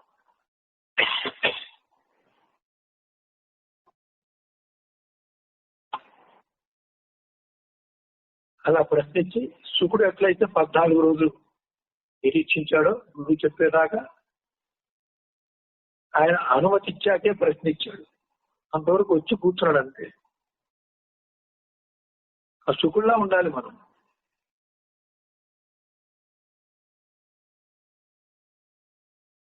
ఆ గురుముఖత ఎప్పుడు ఈ పరమ ఉపాయం సంసార తాపాగిని తల్లారటానికి, సాగరాన్ని దాటి తీరం చేరటానికి ఎంత తీవ్ర తపనున్నా తొందరపడకుండా గురువు చెప్పేదాకా ఆగాలి. ఆ ఉపాయం ఆయన నోటెంబడి ఎప్పుడు వస్తుందా అని నిరీక్షిస్తూ ఉండాలి. నిరీక్షణ అంటే ఏంటి? ఎదురు చూడటం కాదు, వీక్షించడం అంటేనే సంగత్వం లేకుండా చూడటం. నిరీక్షణ అంటే అలా కూడా చూడకూడదని. ఏ ప్రశ్న అడిగేసి దాన్ని మర్చిపోయి రోజువారీగా నువ్వు గురు శుశ్రూష చేస్తూ కూర్చుంటే ఆయనకి ఎప్పుడు చెప్పాలనిపిస్తే అప్పుడు చెప్తారు. అది నిరీక్షించడం అంటే. ఇదే తీవ్ర ముముక్షు యొక్క స్వభావం. 51వ శ్లోకం. కో నామ బంధ కథమేష ఆగత కథం ప్రతిష్టా అస్య కథం విమోక్ష కో అసావనాత్మ పరమక్క ఆత్మ తయోర్వివేక కథమే తదుచ్యతాం కః నామ బంధ కథం ఏష ఆగత కథం ప్రతిష్టా అస్య కథం విమోక్ష కః అసౌ అనాత్మ పరమః కః ఆత్మ తయో వివేకం కథం ఏతత్ ఉచ్యతాం. టీక. బంధ నామ, బంధమనగా కా ఏది, ఏష ఈ బంధము, కథం ఎలాగా వచ్చింది, ఆగత ఎలా వచ్చింది, అస్య ఈ బంధమునకు ప్రతిష్ట ఉనికి ఎక్కడ, కథం ఎట్లు, ఉనికి ఎట్లు, విమోక్ష దీనికి విమోచనము, కథం ఎలాగు ఎలా విమోచనం, ఆసౌ ఈ అనాత్మ,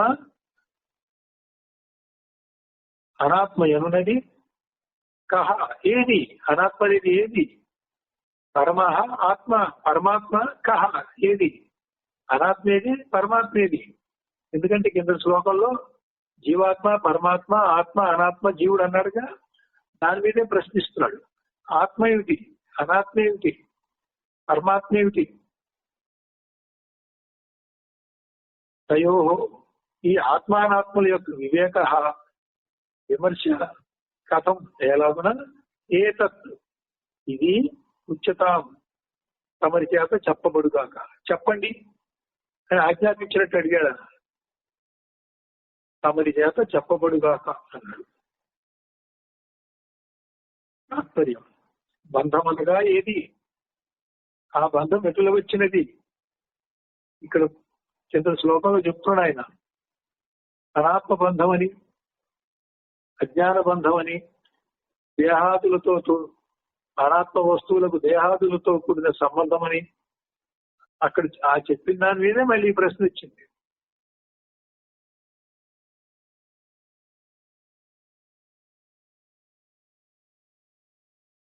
ఆ బంధములకు నిలకడ ఎక్కడిది? కొన్ని బంధం ఉందండి, రోజు ఒకేలా లేదుగా. ఆ బంధం ఒకరోజు సుఖంగా ఒకరోజు దుఃఖంగా ఉంది. సుఖంగా ఉన్నప్పుడు తీయటి బంధం అన్నాడు.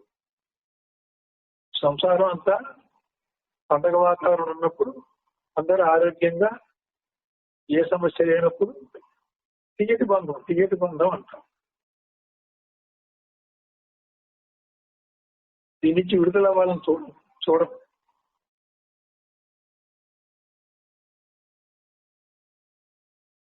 నాకు ఈ రకం బంధంలో ఉన్న కూడా తేడాలు ఉన్నాయి. ఎన్ని తేడాలున్నా బంధమే.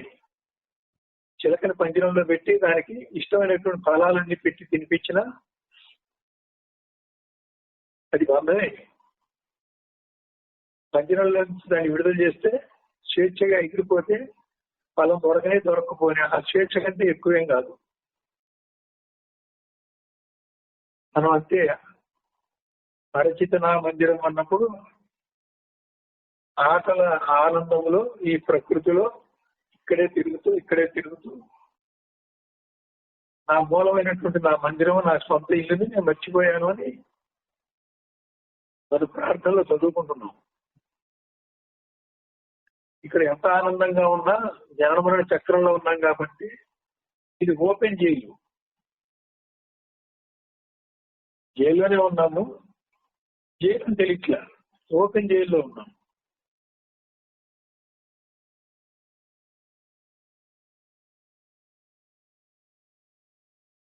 అనాత్మనగానేమి పరమాత్మనగానేమి ఆ రెంటి యొక్క విచారణ ఎలాగునా చేయవలను, ఇదంతయు నాకు ఎరిగింపుడు అని శిష్యుడు అడుగుతున్నాడు. ఇవి 7 ప్రశ్నలు. బంధం అనగా ఏది 1, ఆ బంధం ఎట్లా వచ్చింది 2, ఆ బంధములకు నిలకడెక్కడిది 3, దాని విముక్తి ఎలాగున కలుగును 4, అనాత్మ అనగానేమి 5, పరమాత్మ అనగానేమి 6, ఆ రెంటి యొక్క విచారణ ఎలా చేయాలి 7 ప్రశ్నలు ఇచ్చారు. రాబోయే శ్లోకాల్లో మెల్లిగా 7 ప్రశ్నలకి గురువు దగ్గర జవాబులు వస్తాయి. వీరిని ఎరిగించి సమస్త శాస్త్రముల సారము ఎరింగిన వాడేను గురువు. ఈ ప్రశ్నలకి సమాధానం కనుక శిష్యుడికి అర్థమయ్యేలాగా బోధపడేలాగా చెప్పేవాడే నిజమైన గురువు. అప్పుడు గురువు చెప్తున్నాడు 52వ శ్లోకం. ధన్యోసి కృతకృత్యోసి పావితం కులం త్వయా కేవ విద్యాబంధ ముక్త్యా బ్రహ్మీ భవతు ఇచ్చేసి. శిష్యుడు కరెక్ట్ గా సూటిగా తనకి ఏది కావాలని అడగగలిగాడు. గురువు కూడా అదే చెప్పదలుచుకున్నాడు. ముందు శ్లోకంలో అదే ప్రతిపాదనగా చెప్పాడు. శిష్యుడే ఈ ప్రశ్నల ద్వారా దాని వివరం అడిగాడు. వైద్యుడు చెప్పింది అదే, రోగి కోరుకున్నది అదే అయింది. శిష్యుడు కోరుకున్నది కూడా అదే. అప్పుడు గురువుకి ఎంత ఆనందం. నేను నీకు అడిగినా అడగకపోయినా ఒక క్రమబోధ చెప్పాలనుకున్నాను. ఈ ప్రశ్న కరెక్ట్ గా నా చేత ఆ క్రమబోధ చెప్పేలాగానే ఆ ప్రశ్న నువ్వు అడిగావు. కాబట్టి ఇటువంటి ప్రశ్న పరిప్రశ్న. కాబట్టి గురువు ఇక్కడ ఏంటంటే శిష్యుని మెచ్చుకుంటున్నాడు. ధన్యోసి కృతకృత్యోసి పావితం కులం త్వయ ఏదో విద్యాబంధ ముఖ్య బ్రహ్మీ భవతు ఇచ్చేసి. పదవి విభజన. ధన్య అసి కృతకృత్య అసి పావితం తే కులం త్వయా యత్ అవిద్యాబంధ ముఖ్య బ్రహ్మీ భవితుం ఇచ్చేసి. ఇక యత్ ఏ కారణం వలన అవిద్యాబంధ ముక్త్యా, అవిద్య అంటే అజ్ఞానము చేతనైనా బంధము యొక్క ముఖ్య విడిపోవుట చేత బ్రహ్మీ భవితుం బ్రహ్మముగా అగుట కొరకు ఇచ్చేసి కోరుచున్నావు.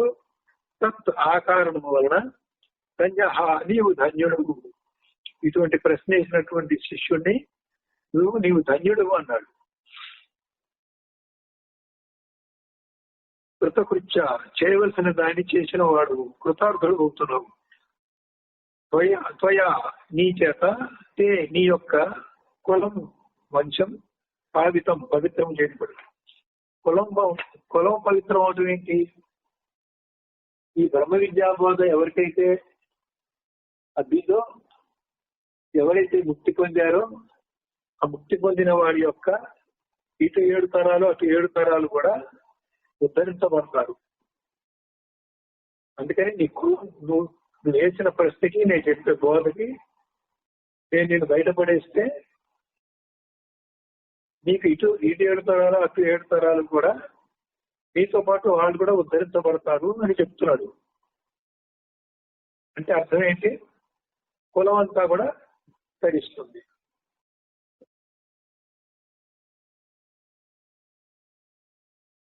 తాత్పర్యం ఓ శిష్య సత్తమా, నీవు ధన్యుడు, శిష్యుల్లో కల్లా శ్రేష్ఠుడు. చాలా మంచి ప్రశ్న వేశాడు. నీవు కృతార్థుడు కాదు, నువ్వు అడిగిన దానికి చెప్తాను, ముందే ఆశీర్వదిస్తున్నాడు, నువ్వు కడతేరుతావు. నువ్వు ఏదైతే అనుకున్నావో జరుగుగాక. నీ కులమంతయు నీచే పవిత్రమాయను. వీటితో పాటు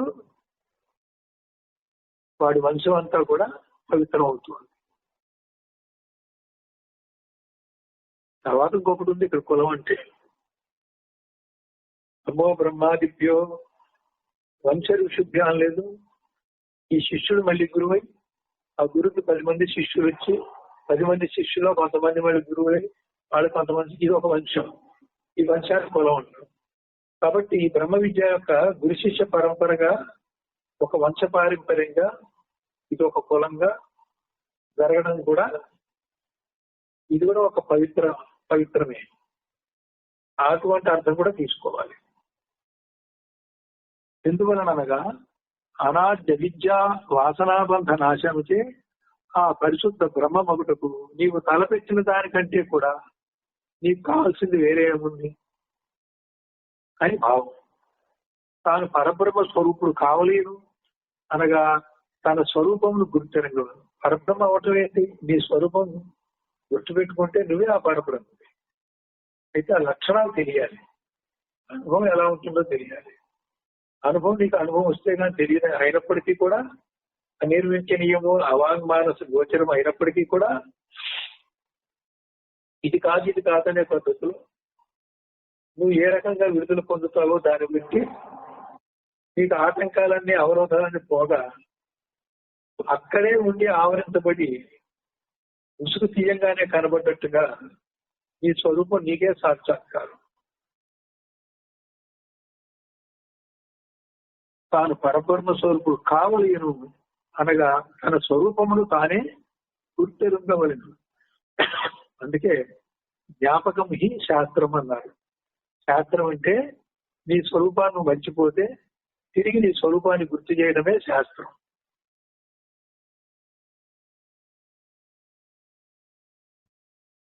అటువంటి దృఢ సంకల్పం కలిగినప్పుడే తాను కృతార్థుడగుటకు అవకాశం ఏర్పడింది. ఈ దృఢ సంకల్పమును తాను ఆ పరమతత్వము అనుభవించుటకు పునాది అని తెలియదు. ఇట్టి వానికి ఈ శిష్యుని యొక్క దృఢ సంకల్పం ఉంది. ఆ 7 ప్రశ్నలు వేయటంలోనే అతనికి ఏం కావాలి దాని జవాబు దొరికితే అతను తరిస్తాడు. పైగా అతను అడిగిన దానికి వినయంగా ముముక్షత్వానికి ఉన్నటువంటి గుణాలన్నీ కూడా గురువు గారి దగ్గర ప్రకటించాడు.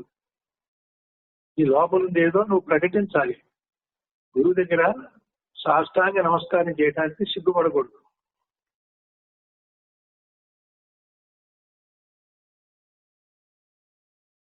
ఈ దృఢ సంకల్పంలో తాను ఆ పరమతత్వం అనుభవించుటకు పునాది అని తెలియదు.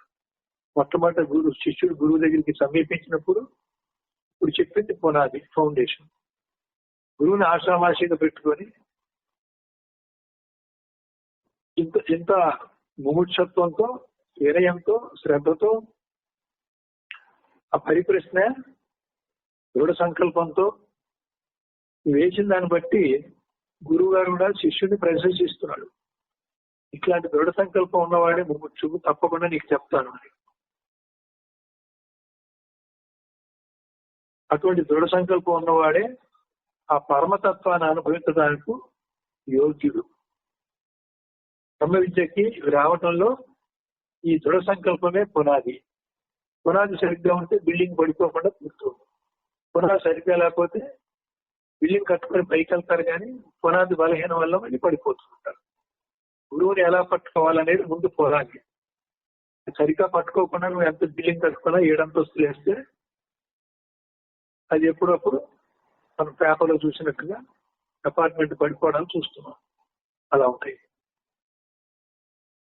ఇట్టి వారికి అనాత్మయందు అరుచియు ఆత్మయందు రుచియు కలిగినది.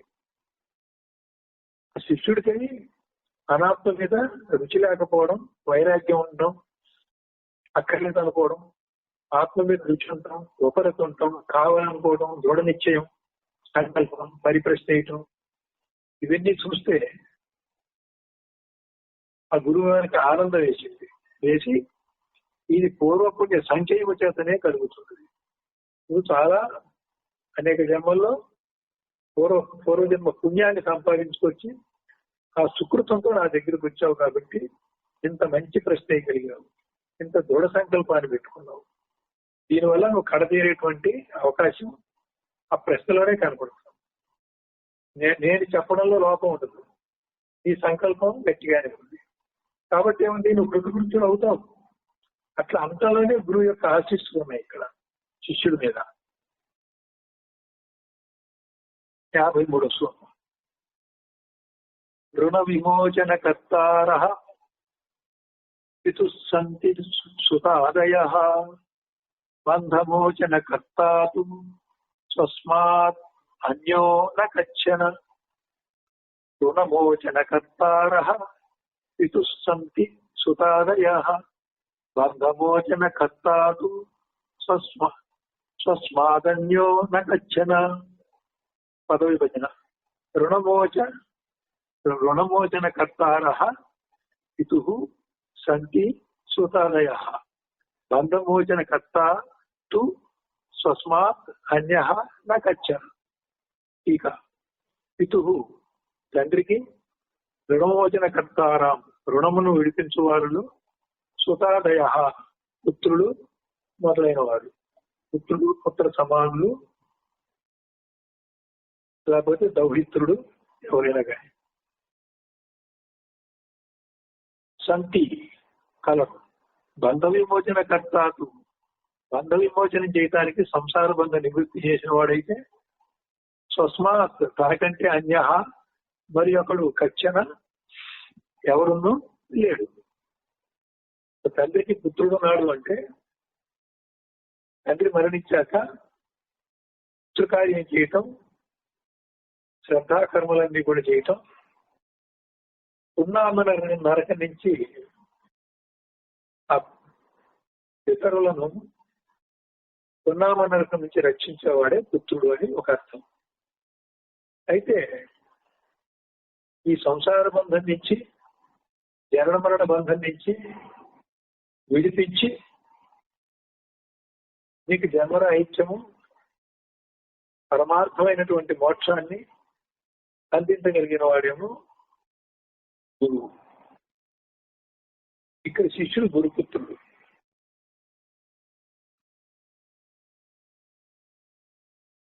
తండ్రి కొడుకులు అక్కడ, గురువు గురుపుత్రుడు ఇక్కడ. రెండింటికి తేడా చెప్తున్నారు. అక్కడ గురువు శిష్యుడు కొడుకులు ఉంటే తప్ప పున్నామనం నుంచి రక్షించబడమని తండ్రి యొక్క ఉద్దేశం. ఇటువంటి గురుపుత్రుడు నాకు దొరికితే నేను వీడిని కడతీర్చినప్పుడు అతను కృతార్థుడవుతాడు, నేను పూర్ణస్థితి నుంచి పరిపూర్ణుడవుతాను. గురువు కూడా తనంతటి వాడిని ఒక్కడనే చేసినప్పుడే గురువు పరిపూర్ణుడవుతాడు, కనీసం ఒక్కడు.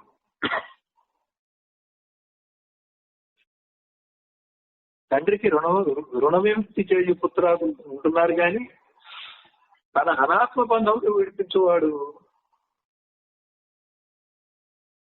తనకంటే అన్యుడు లేడు. నా అనాత్మ బంధం పోవాలంటే నా కొడుకు వచ్చి విడిపించడు, అది నేనే పోగొట్టుకోవాలి.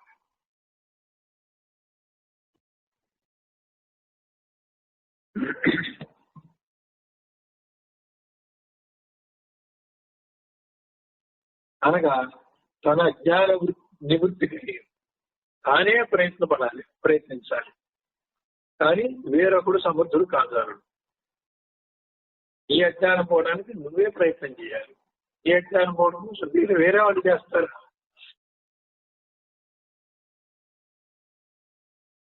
అనేక వేదాంత శాస్త్రములు, సద్గురువులు సంసార నివృత్తి మార్గమును ఉపదేశించుతున్నారు. వేదాంత శాస్త్రాలు చెప్తున్నాయి, సద్గురువులు చెప్తున్నారు. వీళ్ళంతా కూడా సంసార నివృత్తి మార్గాన్ని చెప్పడం కాదు, సద్గురువులైతే ఉపదేశిస్తున్నారు. ఉపదేశం అంటే శిష్యులకి స్వానుభవం కలిగేలాగా చెప్తున్నారు. అంటే సమీపానికి తీసుకెళ్తాం కదా, గుర్రాన్ని నీళ్లు తాగించడానికైతే తీసుకెళ్తాం కానీ నీళ్లు తాగాల్సింది గుర్రమే. శిష్యుడికి కావాల్సినవన్నీ భోజనం చేయడానికి సమకూరుస్తాం కానీ ఆకలి తీరాలి అంటే గురువు తింటే శిష్యుడు ఆకలి తీరదు, శిష్యుడే తినాలి.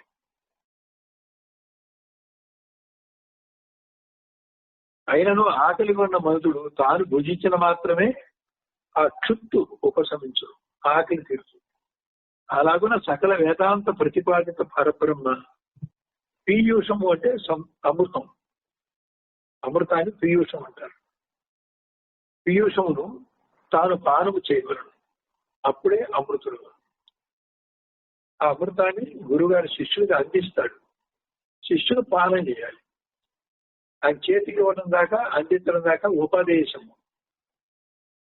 దాన్ని స్వీకరించి స్వానుభవం పొందటం అపరోక్షం. అది శిష్యుడు చెయ్యాలి. కనుక శిష్యుడికి కొంత సామర్థ్యం ఉండాలి.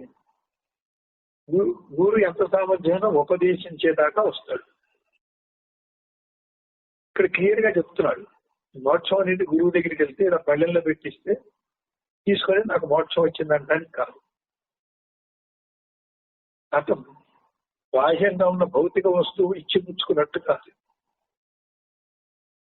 ఇది సూక్ష్మాతి సూక్ష్మమైనటువంటి ఆత్మ. ద్వైతంలో అయితే ఒక వస్తువు ఇవ్వడం, తీసుకోవడం జరుగుతుంది. అద్వైతంలో వస్తువు ఇచ్చేదే ఉంటుంది. ఆ జ్ఞానం ఇవ్వాలి. నీవు అదే అయి ఉన్నావు అనేది నీకు తెలియకపోవడమే అజ్ఞానం. నీ అజ్ఞానాన్ని వదిలించుకొని నీకు తెలియజేయటమే గురువు యొక్క బోధ.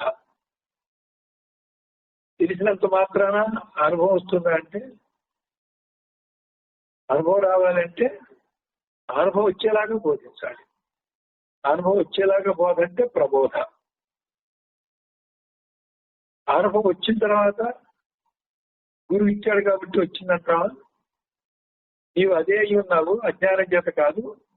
ఇప్పుడు మళ్ళీ అదే అయి ఉన్నావు. అదే అయినటువంటి అపరోక్షానుభూతి, పరిపూర్ణమైన సాక్షాత్కార జ్ఞానం నీకుంది. నీవు అదే అయినప్పుడు నీకున్నప్పుడు ఒకరు ఇస్తే వచ్చిందంటే తప్పు కదా. అజ్ఞానం అప్పుడేమో గురువు గారు ఇచ్చాడు వచ్చిందన్న బాగుంది. నువ్వు అదే అయిన తర్వాత ఉన్నది ఒకే వస్తువు తర్వాత అయిన తర్వాత నిన్ను నీకు ఇవ్వడం ఏంటి? నువ్వు పరమాత్మ అయి ఉండి పరమాత్మ అనుభవాలు గురువు గారు ఇచ్చారంటావేంటి? అందుకే సమీపం దాకా తీసుకొచ్చాడు. నీ స్వానుభవం అయ్యేసరికి అది నీదే అయింది. అందుకే గురువు విషయంగా చెప్పినప్పుడు బోధ తన అనుభవంలోంచి నీకు అనుభవం వచ్చేలాగా చెప్పినప్పుడు ఉపదేశము ప్రబోధ. ప్రబోధలో జరిగేది ఉపదేశం.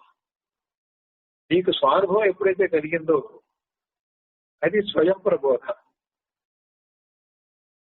బోధ, ప్రబోధ, స్వయం ప్రబోధ. బోధ విషయంగా చెప్పడం, ప్రబోధ అనుభవంగా చెప్పడం, శిష్యుడు కూడా అనుభవం పొందడం. శిష్యుడు అనుభవంలో స్థిరమయ్యాడు. ఇది స్వయం ప్రబోధ. ఈ స్వయం ప్రబోధకి ఎవరు ఆకలిస్తే వాళ్ళు తింటే వాళ్ళకే తృప్తి అని చెప్తున్నారు. ఇక్కడ ఉపమానం. అలాగున సకల వేదాంత ప్రతిపాదిత పరబ్రహ్మ పీయూషమును తాను పానము చేయగలడు. ఆ అమృత భాండాన్ని శిష్యుడు నీ సమీపంలో పెడతాడు. ఆ పానం చేసి అమృతపానం చేయడం ద్వారా మృత్యువుని అధిగమించడం అనేది ఎవరికి వాళ్ళు చేసుకోవాల్సిందే. అప్పుడు వాడు జ్ఞానామృతాన్ని పానం చేసిన వాడు అమృత స్వరూపుడే అవుతాడు.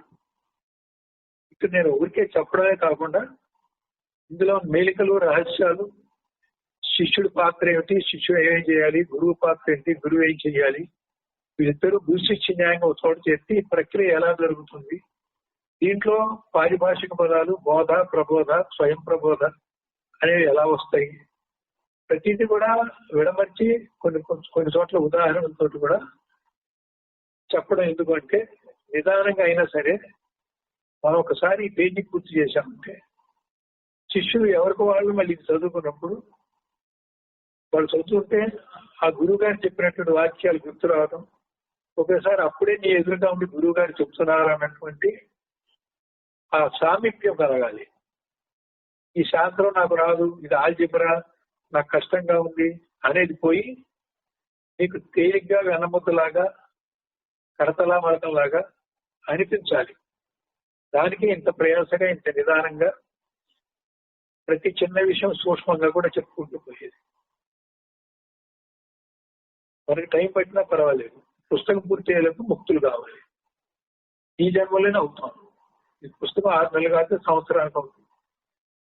సంవత్సరానికి మోక్షం అంటే చూడండి ఎంత తేలిక. ఇది ఆలస్యమైందని అనుకోకూడదు. మనం తెలుసుకునేదో ఎక్కడ గ్యాప్ లేకుండా పరిపూర్ణంగా నిస్సంశయంగా తెలుసుకోవాలి. లక్ష్యము, ఆ లక్ష్యం యొక్క స్పష్టత, మార్గం నువ్వు అనుసరించడానికి వీలైనటువంటి ఉపాయము, సాధనలో చిక్కులు తొలగించుకోవడం అన్ని ఏకకాలంలో మనం చర్చించుకుంటూ ముందుకెళ్తామే సత్సంగం.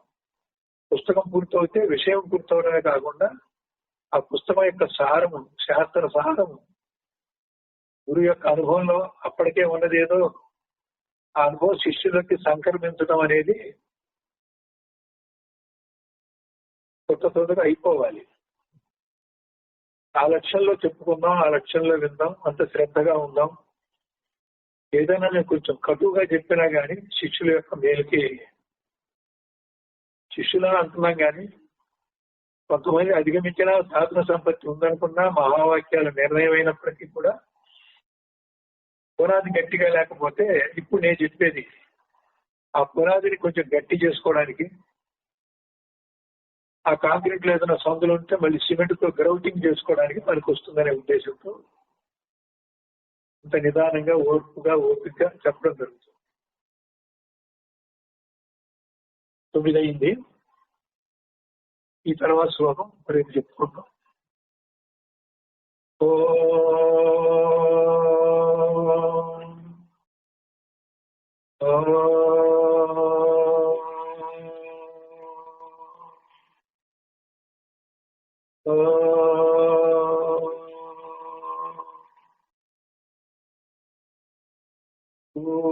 పూర్ణమదః పూర్ణమిదం పూర్ణాత్ పూర్ణముదచ్యతే పూర్ణస్య పూర్ణమాదాయ పూర్ణమేవావశిష్యతే.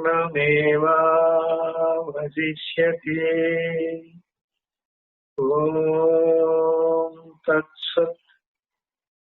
ఓం శాంతి శాంతి శాంతి.